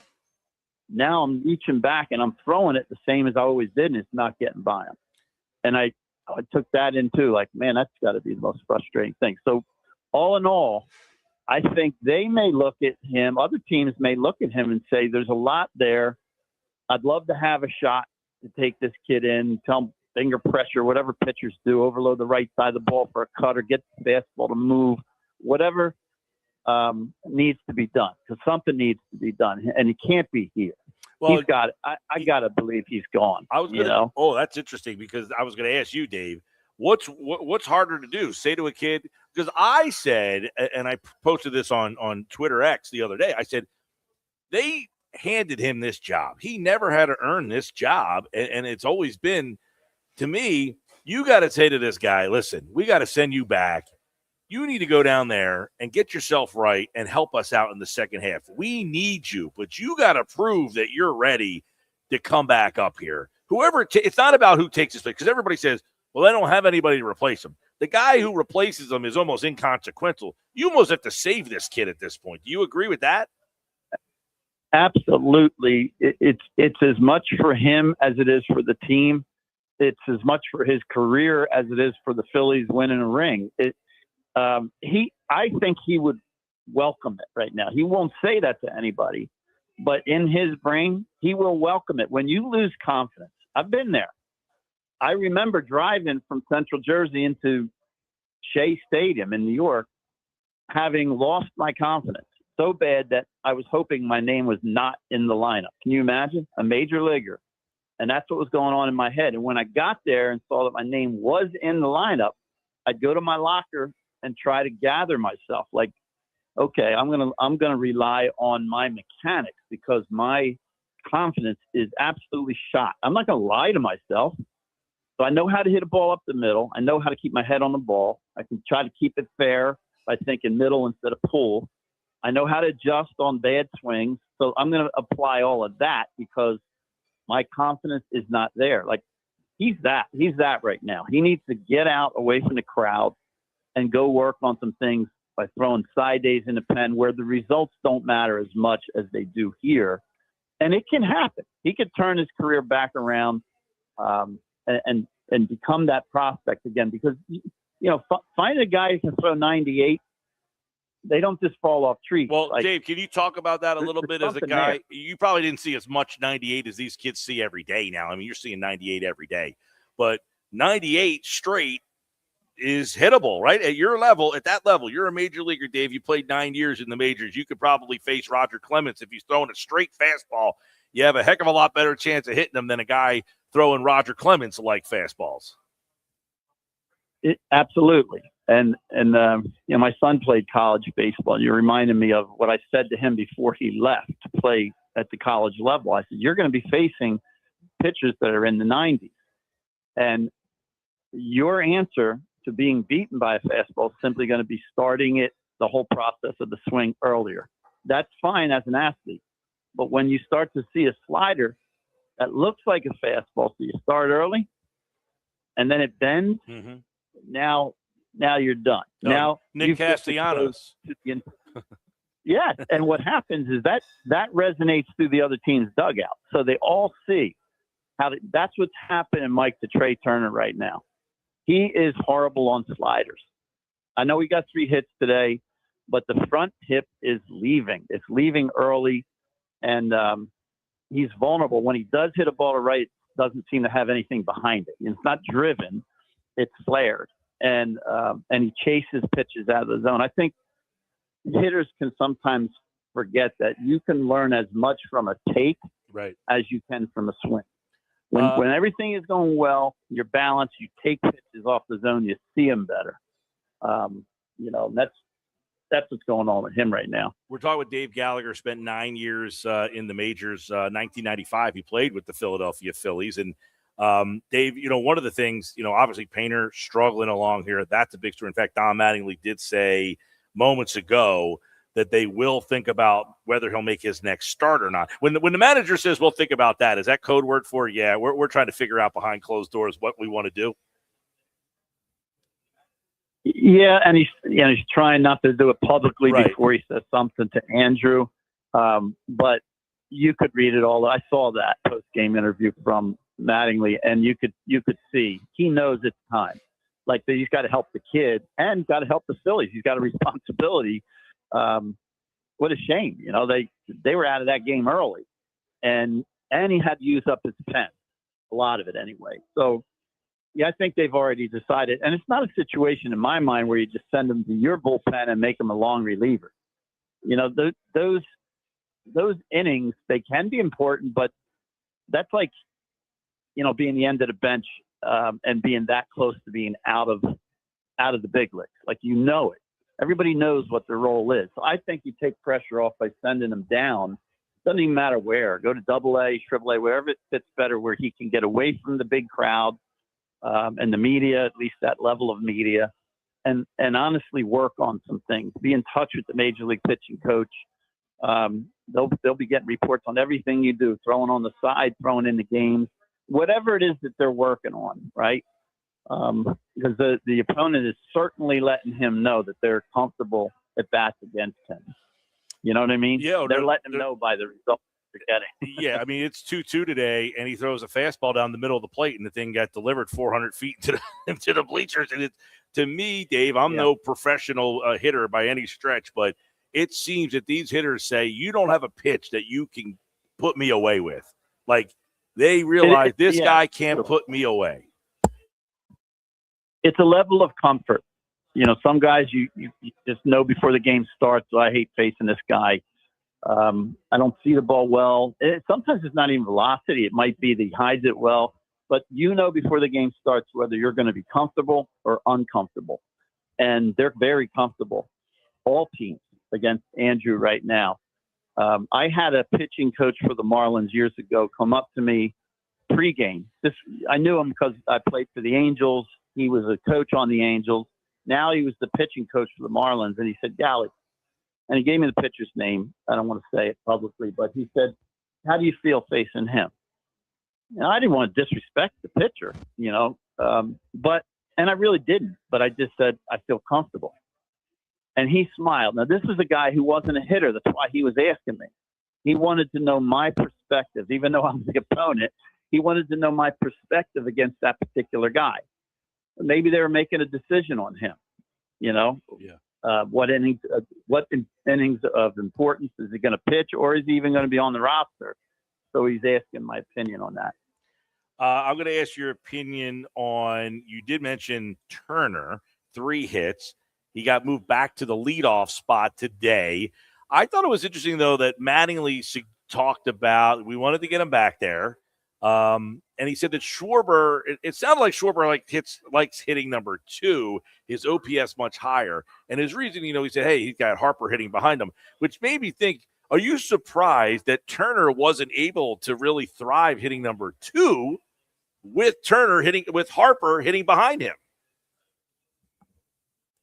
I think when mechanically you're off, it doesn't matter. You could be in low A ball.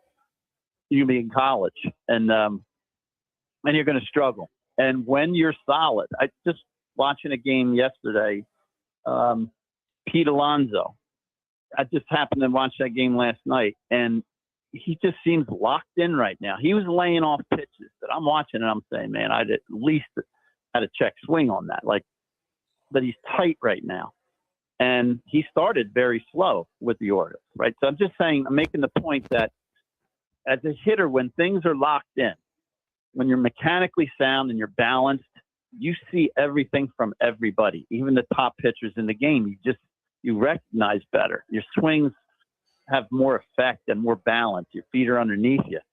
And when they're not, it could be anybody out there on the mound. And he struggled. I think he profiles more, even when he's going right, Turner. He profiles more as a 5-6 hitter because he attacks fastballs early, almost as if he doesn't want to get deep in counts. And ask yourself why. Why does he not feel comfortable getting deep in counts? Because he's got to deal with a potential slider. He hates them. I hated him, But you got to have an approach that makes sense to allow you, okay, I'm going to hunt a fastball. I'm going to get out front. I'm not going to get beat if he throws me a fastball if I'm looking for it. But it can't be that same approach if the count goes to 0-1 or 0-2, 2-2, 1-2. You're not going to get an inner third fastball. So you got to have an approach that maybe I can recognize that that's breaking off the plate and lay off it, or keep the front side in longer and take it the other way. Like Eddie Murray used to say, hitting is a lot like being a construction worker spackling up a wall. You're always going to have a hole. If you're looking in, your hole is away. If you're looking away, you're going to be vulnerable in. And Eddie used to say, like, okay, whatever your hole is, try to stay a step ahead of the pitcher. Like be strong away. And then when they find that out and they start coming in on you, change your swing. Now be strong in. You see what I'm saying? You're trying to stay a step ahead. At the major league level, it's just so hard to cover both sides of the plate and all pitches all the time. Yeah. So you got to adjust. That being said, what is your early impressions of Gabriel Rincones Jr., who essentially, Dave, looks like, he's the left-handed bat. Now that Adolis Garcia is hurt, it almost feels like they're saying to Garcia, or Rincones, excuse me, hey, man, you're going to play every day out there against right-handed pitching. So is this a guy that looks like a long-term, I don't say long-term, but you ride with him until whenever? Do you like what you've seen, or do you need to find a better or more steady replacement for Garcia, who now looks like he's out for the year? Well, it's so early, but the first few games I saw, he had the home run. I was happy for him with that because, you got to have something. You feel like you have some positive input to the team to feel like you fit. And then since then, I don't think he's gotten a hit. Defensively, he looks sound. Just on a few things I've seen him do. He did a reverse pivot on a double down the right field line. Like he got it, spun the proper way, made a good accurate throw to second, and the guy was safe. It was just a double. But doing things properly, he looks solid defensively and right. It'd be nice if he and Hill were bench pieces. Did you ever think that you would say, or at least I'm saying, Phillies miss Garcia? Well, he started to come around. Yeah, I think they, because people kept saying they need this right-handed bat, which I think we all agree what they do. But in lieu of being able to find him, I think they were just fine with him because of his defense, right? Well, yes, but here's what again, I go back to Buxton. If you get Buxton, yep, and if you do get a Buxton, I'm going to stay with Buxton. I'm not going to say Trout or Christian Walker. That's different possibilities, but say Buxton. You get him. He's your everyday center fielder. So you got to make Crawford part of that deal. And fairness to Crawford, he's not a bench player, not at this point in his career. So he would leave. That puts Garcia as your, I'll say everyday right fielder, and then you want to give him a break, then maybe a Rincones or whatever you got from the left side. But think of that defensive outfield right there: Buxton in center, Marsh in left, right, and Garcia in right. Yeah. Now Garcia bat him 8, and any sure. production you get out of him is a plus. Right. And if he starts to get hot, then you can float him down towards the middle of the order. He has shown that ability, and he was starting to show it. So that kind of screwed up my whole plan right there when he went out. Well, I still think they could use Buxton. So I hope your plan comes to fruition there. Yeah. What do you, Dave, what do you see? You mentioned Crawford. This is a guy who hit .334 with a .411 on base percentage. What kind of player is he, in your opinion, at the major league level? I know he's only played 67 games. He's 22 years old. But, I mean, he doesn't hit for a lot of power. What is he to a Major League Baseball team? I think he's a good piece, and I think I think he is what he was painted out to be. I really do. I think there's a lot there. Again, I look at him and I see a guy that when he lands with a stride foot, he seems to all of a sudden his body is so low to the ground. For a guy that looks like to me he's probably over 6 feet, right? He looks like he's maybe 6'2". Yeah, he's like 6'2". Yep, 6'2". Yeah, he's a lanky guy, and so his stride gets really long, and so many foul balls up over the third base dugout as a left-handed hitter. That like his body's getting out in front of the barrel. The barrel's not getting a chance to get out front. So it's this long swing and it's underneath. How do I know? Because it went up and foul to the left side, and he's a left-handed hitter. Like that, the result quickly gives you exactly what you did wrong. If you were up, Mike, and you were a left-handed hitter and you bunted, and you bunted it up and foul down the third baseline, way foul, you would know the angle that you had your barrel on when you bunted that ball. You would know it because you saw the result. And the coach would say, hey, get out, bet your barrel out front, fix your angle, whatever. You would do that on your own. And what makes it more difficult on a swing, as like an untrained, unexperienced eye watches the swing, you just see this fast swing. And somebody might say, well, how the hell am I supposed to know how his bat was when he hit that ball? It's the result. The result told you the angle it was on when you struck it. You got to fix that angle. So if I'm late and under, I got to be a little earlier and on top. And it's back and forth based on what you did. You got to feel others. If I roll over, top spin grounder to the pull side, I rolled too early. Right. I made that barrel go with top spin out front like a tennis shot. You know what I mean? Yep. I know the fix. So it's that self-adjustment. He'll learn that. But I do think the same thing back to whoever team he would be involved in a trade, they would love to have him. They'd love to have him and take a shot that the Phillies would regret it down the road. But if I'm the Phillies, I'm making that deal. I'm doing whatever I have to do to get Buxton. If it's money, Mike, I'd ask Twins to include something, but I'm going to retain Mattingly. That's how I'm going to save some money. I'm not going to go get Alex Cora because he's going to demand a lot of time, a lot of money, and a lot of control, and he's going to get it from somebody. I just don't see why I'd look past Mattingly. Maybe extend him for a year, take the interim tag off, and think of the money you're going to save and put that towards Buxton and go try to win a ring this year. Well, and Buxton also has to waive his no trade clause. That's the one kind of bugaboo there. Dave, we'll let you out on this. You've played first base. You know how many times in your career? Well, I'm going to say 10, 10, 8, I don't know. 10 games you appeared. You started 2 games at first base in your career. You saw Schwarber playing first base. Did you ever have any flashbacks of my God, in first base for one or twice a year? Let me make you laugh as to how that happened. I was in Pittsburgh, and I was riding the stationary bike. I'm just trying to burn weight, you know what I mean, because I'm not playing every day at that point. And Dallas Green, so I was with the Mets. Dallas Green, I'm walking in a training room, and he said, Eddie Murray, he says, knees are bothering him. I can't put him out there on the turf. The only other first baseman I have is Joe Orsulak. He's a left-handed hitter, and we're facing 3 straight lefties. And he's saying to the trainer, I don't know what I'm going to do. And I'm riding that bike, and I'm thinking, I'll play first. That's what I'm thinking. So he turns, and he says, Gally, did you ever play first? And I said, yes. I said, yes. And he looked at me, and he saw me smile, and he said, when did you play first? And I said, wiffle ball when I was a kid. I had never played it before in my life. He said, take some grounders there 2 nights in Pittsburgh. And I started at first base. I ended up having to ask their first base coach. It was bases loaded. I knew him from the minor leagues, and I said, hey, help me out, man. Where do I go on a ball down the right field line?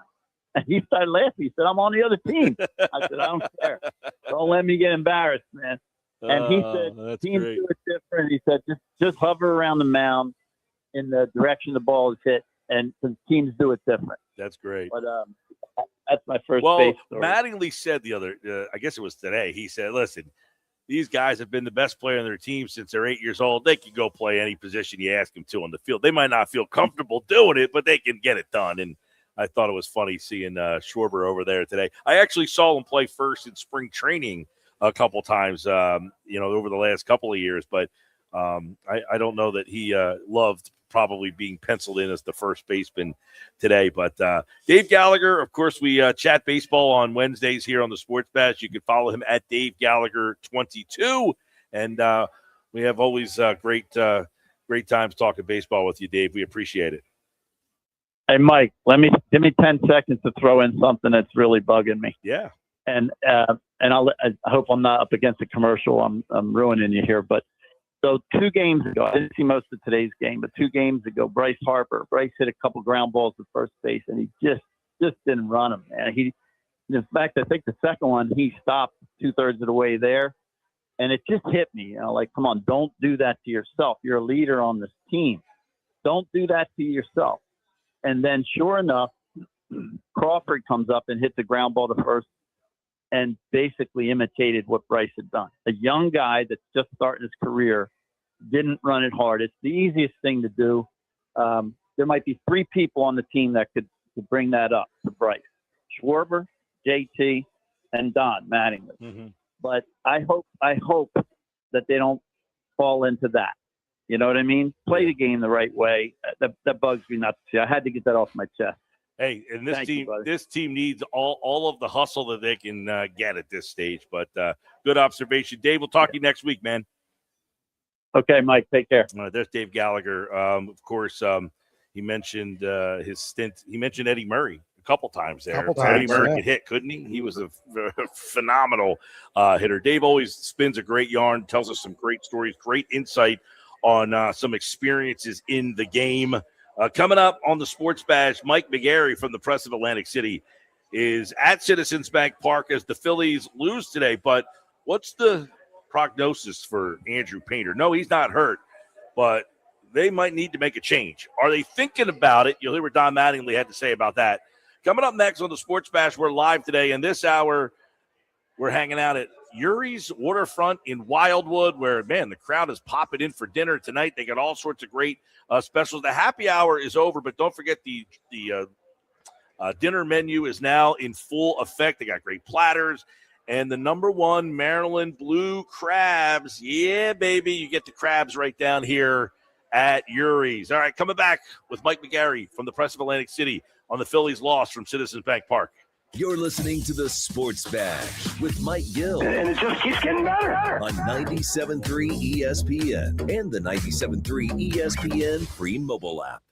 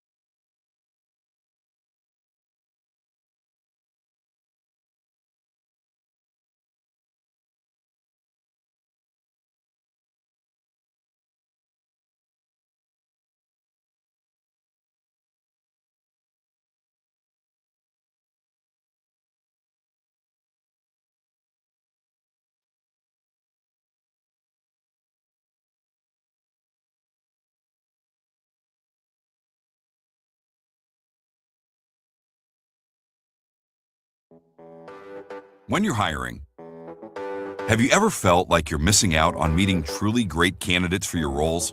It seems impossible to find them, but they have to be out there somewhere, right? Well, they're not hard to find when you know where to go.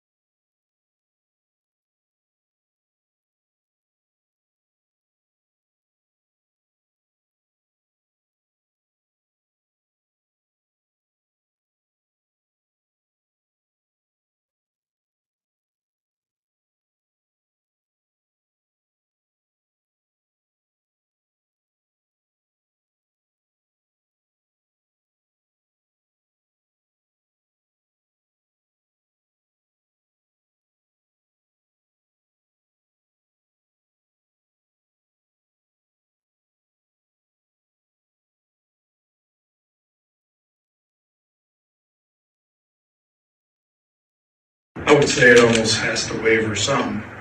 He's been pretty resilient to this point, but I'd have to say it's wavering.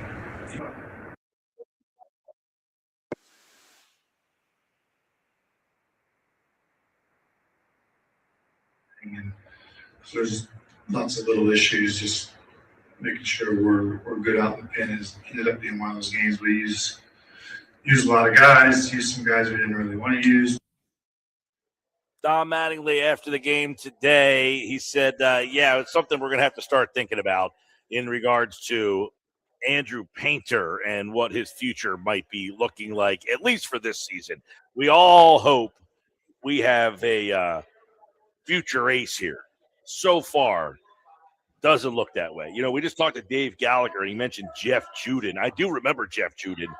And, you know, when you were a kid, you used to collect baseball cards, and you would have, like, the rated rookies, you know, and, like, you get the card, and it would say rated rookie on it, and you're like, this guy's got to be awesome.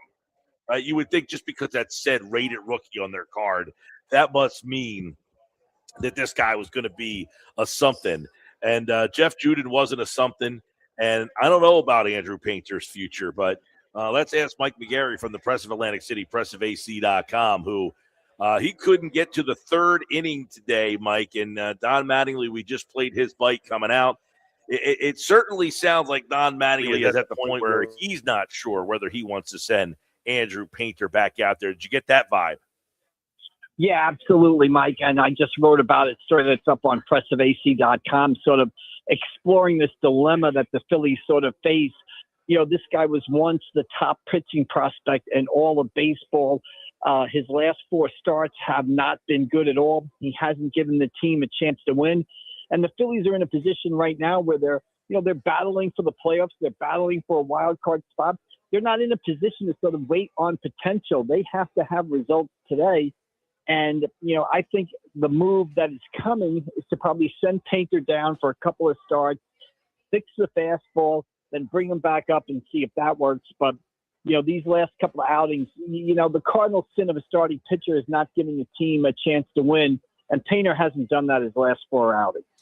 No, and you know, you mentioned he was once the number 1 overall pitching prospect in all of baseball, which maybe, you know, people thought too highly of him, but he doesn't even look like he belongs at all, let alone any sort of pitching prospect. Like, I feel like the Phillies are almost surprised about what they're seeing here, and they didn't have a plan B. Like, they didn't plan for, well, what if this guy's not ready? Yeah, I mean, I think the issue right now, Mike, is clearly his fastball. Pre-surgery is not this. Post-surgery is not the same as it was pre-surgery. I think he threw 11 fastballs today. The Marlins swung at 5 of them. They got 4 hits, 2 home runs, a double, and a single. Mattingly said the 2 home runs came on center-cut fastballs. So while his velocity is still there, he's still throwing 96, 97, 98 miles an hour. He doesn't have that movement or command of the fastball that he had pre-surgery. And I kind of asked him after the game, and first of all, give him credit after the game. He spoke to the media after the game. He handled some tough questions. He didn't shy away from them, so give him some credit there. But without that command of the fastball, you know, you got to rely on spin. You got to rely on your sweepers and sliders. And as he said, I don't care how good your secondary stuff is. If you can't get that fastball where you want it to go, you're not going to get out in the big league. So the options, I know Ellen Rangel is pitching tonight for Lehigh Valley. It would almost seem like that sets up to at least say, hey, come up here, try to get us 4 to 5 innings if you can. And I almost have to say to Painter, look, you got to go down there and prove that you belong. Like, do you think them handing him this position, they didn't really even challenge him? Like, they thought, did they think he was ready? Did they misplay their hand with where they thought he was?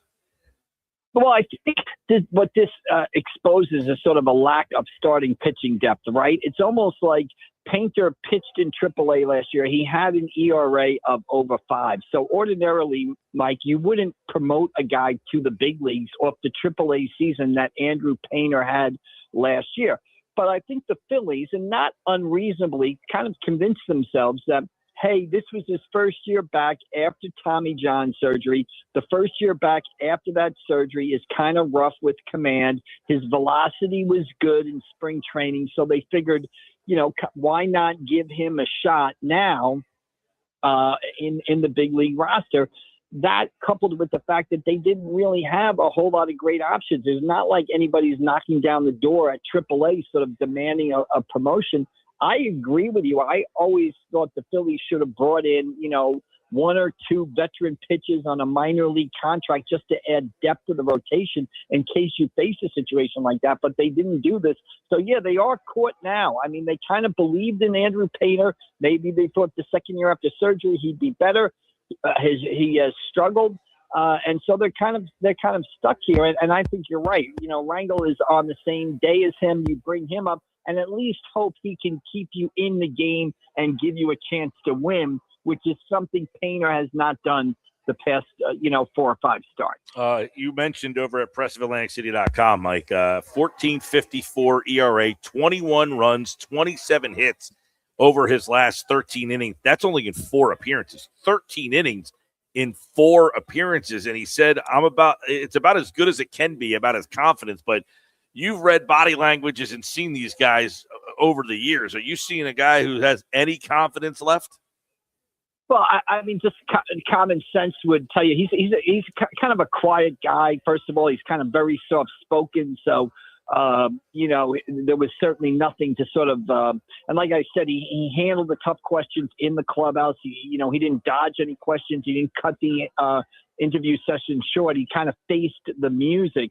But, common sense would tell you, he says his confidence is as good as it can be. I mean, what kind of confidence, can he possibly have? That's why I say I think the right move for him as a player is to sort of go down there for, 2 or 3 starts, find your stuff, maybe have confidence in your stuff. He talked about, the fastball coming out of his hand, not feeling the same way it felt when, pre-surgery.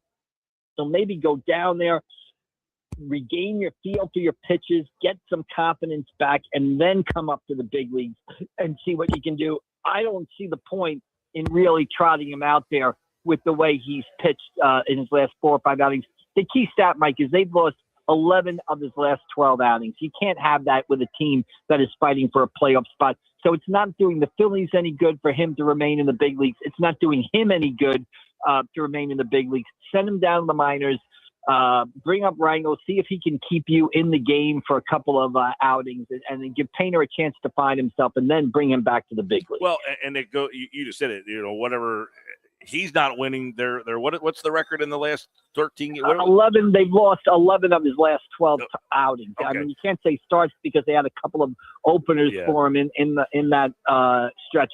But, the number one job of a starting pitcher is to give you a chance to win the game. And they've lost 11 of his last 12 outings. So, and again, the Phillies aren't, they aren't a team that's rebuilding, that is looking to the future where they can stick with a young guy like this. And they're not a team, Mike, that's on pace to win over 100 games and is assured of a playoff spot right now where you can maybe stick with a guy who's struggling in the rotation. They're a team that needs every win that they can get. And so that's why, I think you'll see Andrew Painter with the Lehigh Valley Iron Pigs shortly. Yeah, it's starting to feel that way. A guy who came from Lehigh is Gabriel Rincones Jr. He's handling right field right now. I know it's early. He's at 0.70, 1 or whatever it is after today's 0 for 4. But early impressions of him, is he a guy that's a keeper this season? Do you just keep playing him out there, or does he look overmatched? What's your early impressions of Rincones? Yeah, early impressions, Mike, is that he looks like a guy who can hit, right? I mean, he's athletic. He looks like a guy who can hit. He had the home run the other night here. Now, he hasn't done much since then. But I think, again, he's 24, 25 years old. He's been in the minors for a while. It's time to find out if he can hit, if he can do it.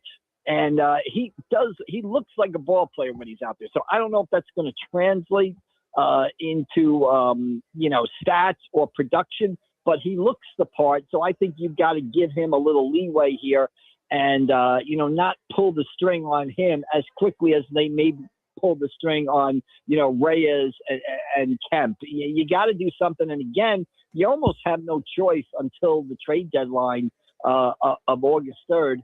Somebody's got to be out there in right field with Garcia down. I like what I've seen from Reyes defensively. I like the power. Like I said, he looks the part.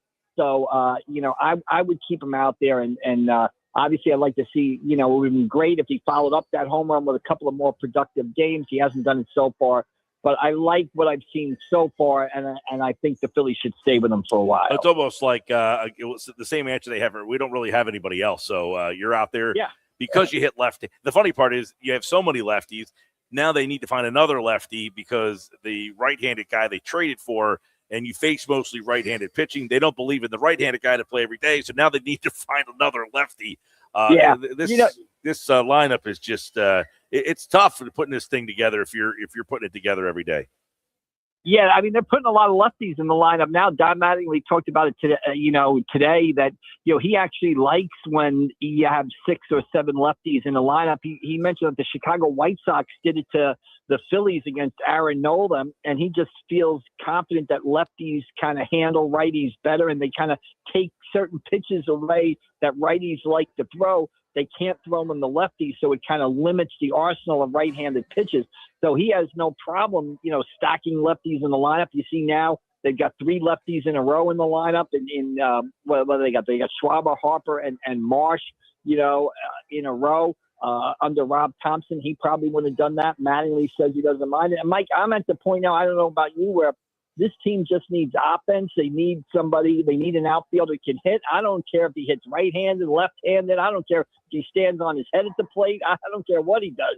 They just need another bat, and they're at the point now where they almost can't be picky about who it is or what side of the plate they hit from. They just need somebody to produce, and we'll see what happens going forward with that. Well, as of this conversation, Phillies sit 7 back of the Braves. The Braves have not been playing. Their pitching staff is a mess right now, so you got to get wins and opportunities when you can. We'll see them against the Mets tomorrow. They're off on Friday because of the World Cup in Philadelphia, and then they play Saturday, Sunday. So Thursday, Saturday, Sunday, 3-game series against Mike's Metropolitans. We'll talk to him about that on Friday's show right here on the Sports Bash. All right, Mike, appreciate you, man. All right, no problem, Mike. We'll see you guys down the road. Thank you. Mike's back on Friday, and he's got a great story on Brunson's South Jersey roots. He has a house down in Margate. I'm sure many people might run into Jalen Brunson probably partying this summer with his championship. He should be in the gym. Oh, he doesn't need to get in the gym yet. He needs to have a little fun. Of course, a little fun, man. All right, celebrate World Cup 2026 with Soccer Fest at the Camden Waterfront. It is next week, June 25th to the 27th from noon to 10, 3 days on huge outdoor screens. Sign up for New Jersey Youth Soccer Association sessions that are going to be held at the Rutgers Camden Field. They will have international food markets, wineries, breweries from all over South Jersey, live music, and more. SoccerFest26.com. You talk about the big screens. How about the big screen over in the dining room area here at Yuri's? We got a couple minutes left in the show, but they got Yuri's hanging out all night long, and it's a perfect night to eat outside. I mean, the weather has been unbelievable down here. We've seen so many people going in and outside today, drinking a couple of nice coldies out on the deck there. But crabs, number 1 Maryland blue crabs, steamed and seasoned. Not too many places you can find that have good crabs in the summertime. This early right now in June. Oh boy, looking forward to the summer, man. We need the summer to kind of kick into high gear. Not too hot though. I don't want a hot summer.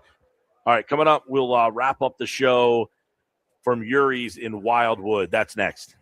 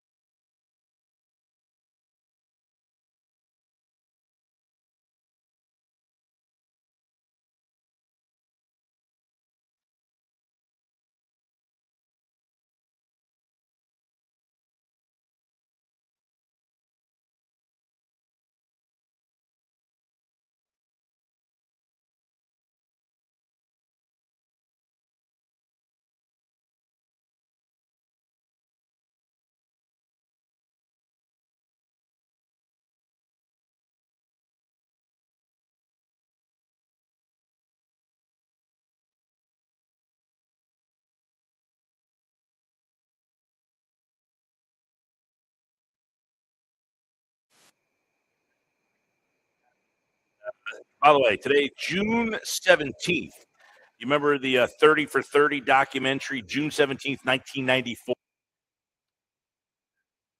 94, June 17th. Is that the Knicks stuff? O.J. It's Simpson? the O.J. Simpson. Yeah, okay.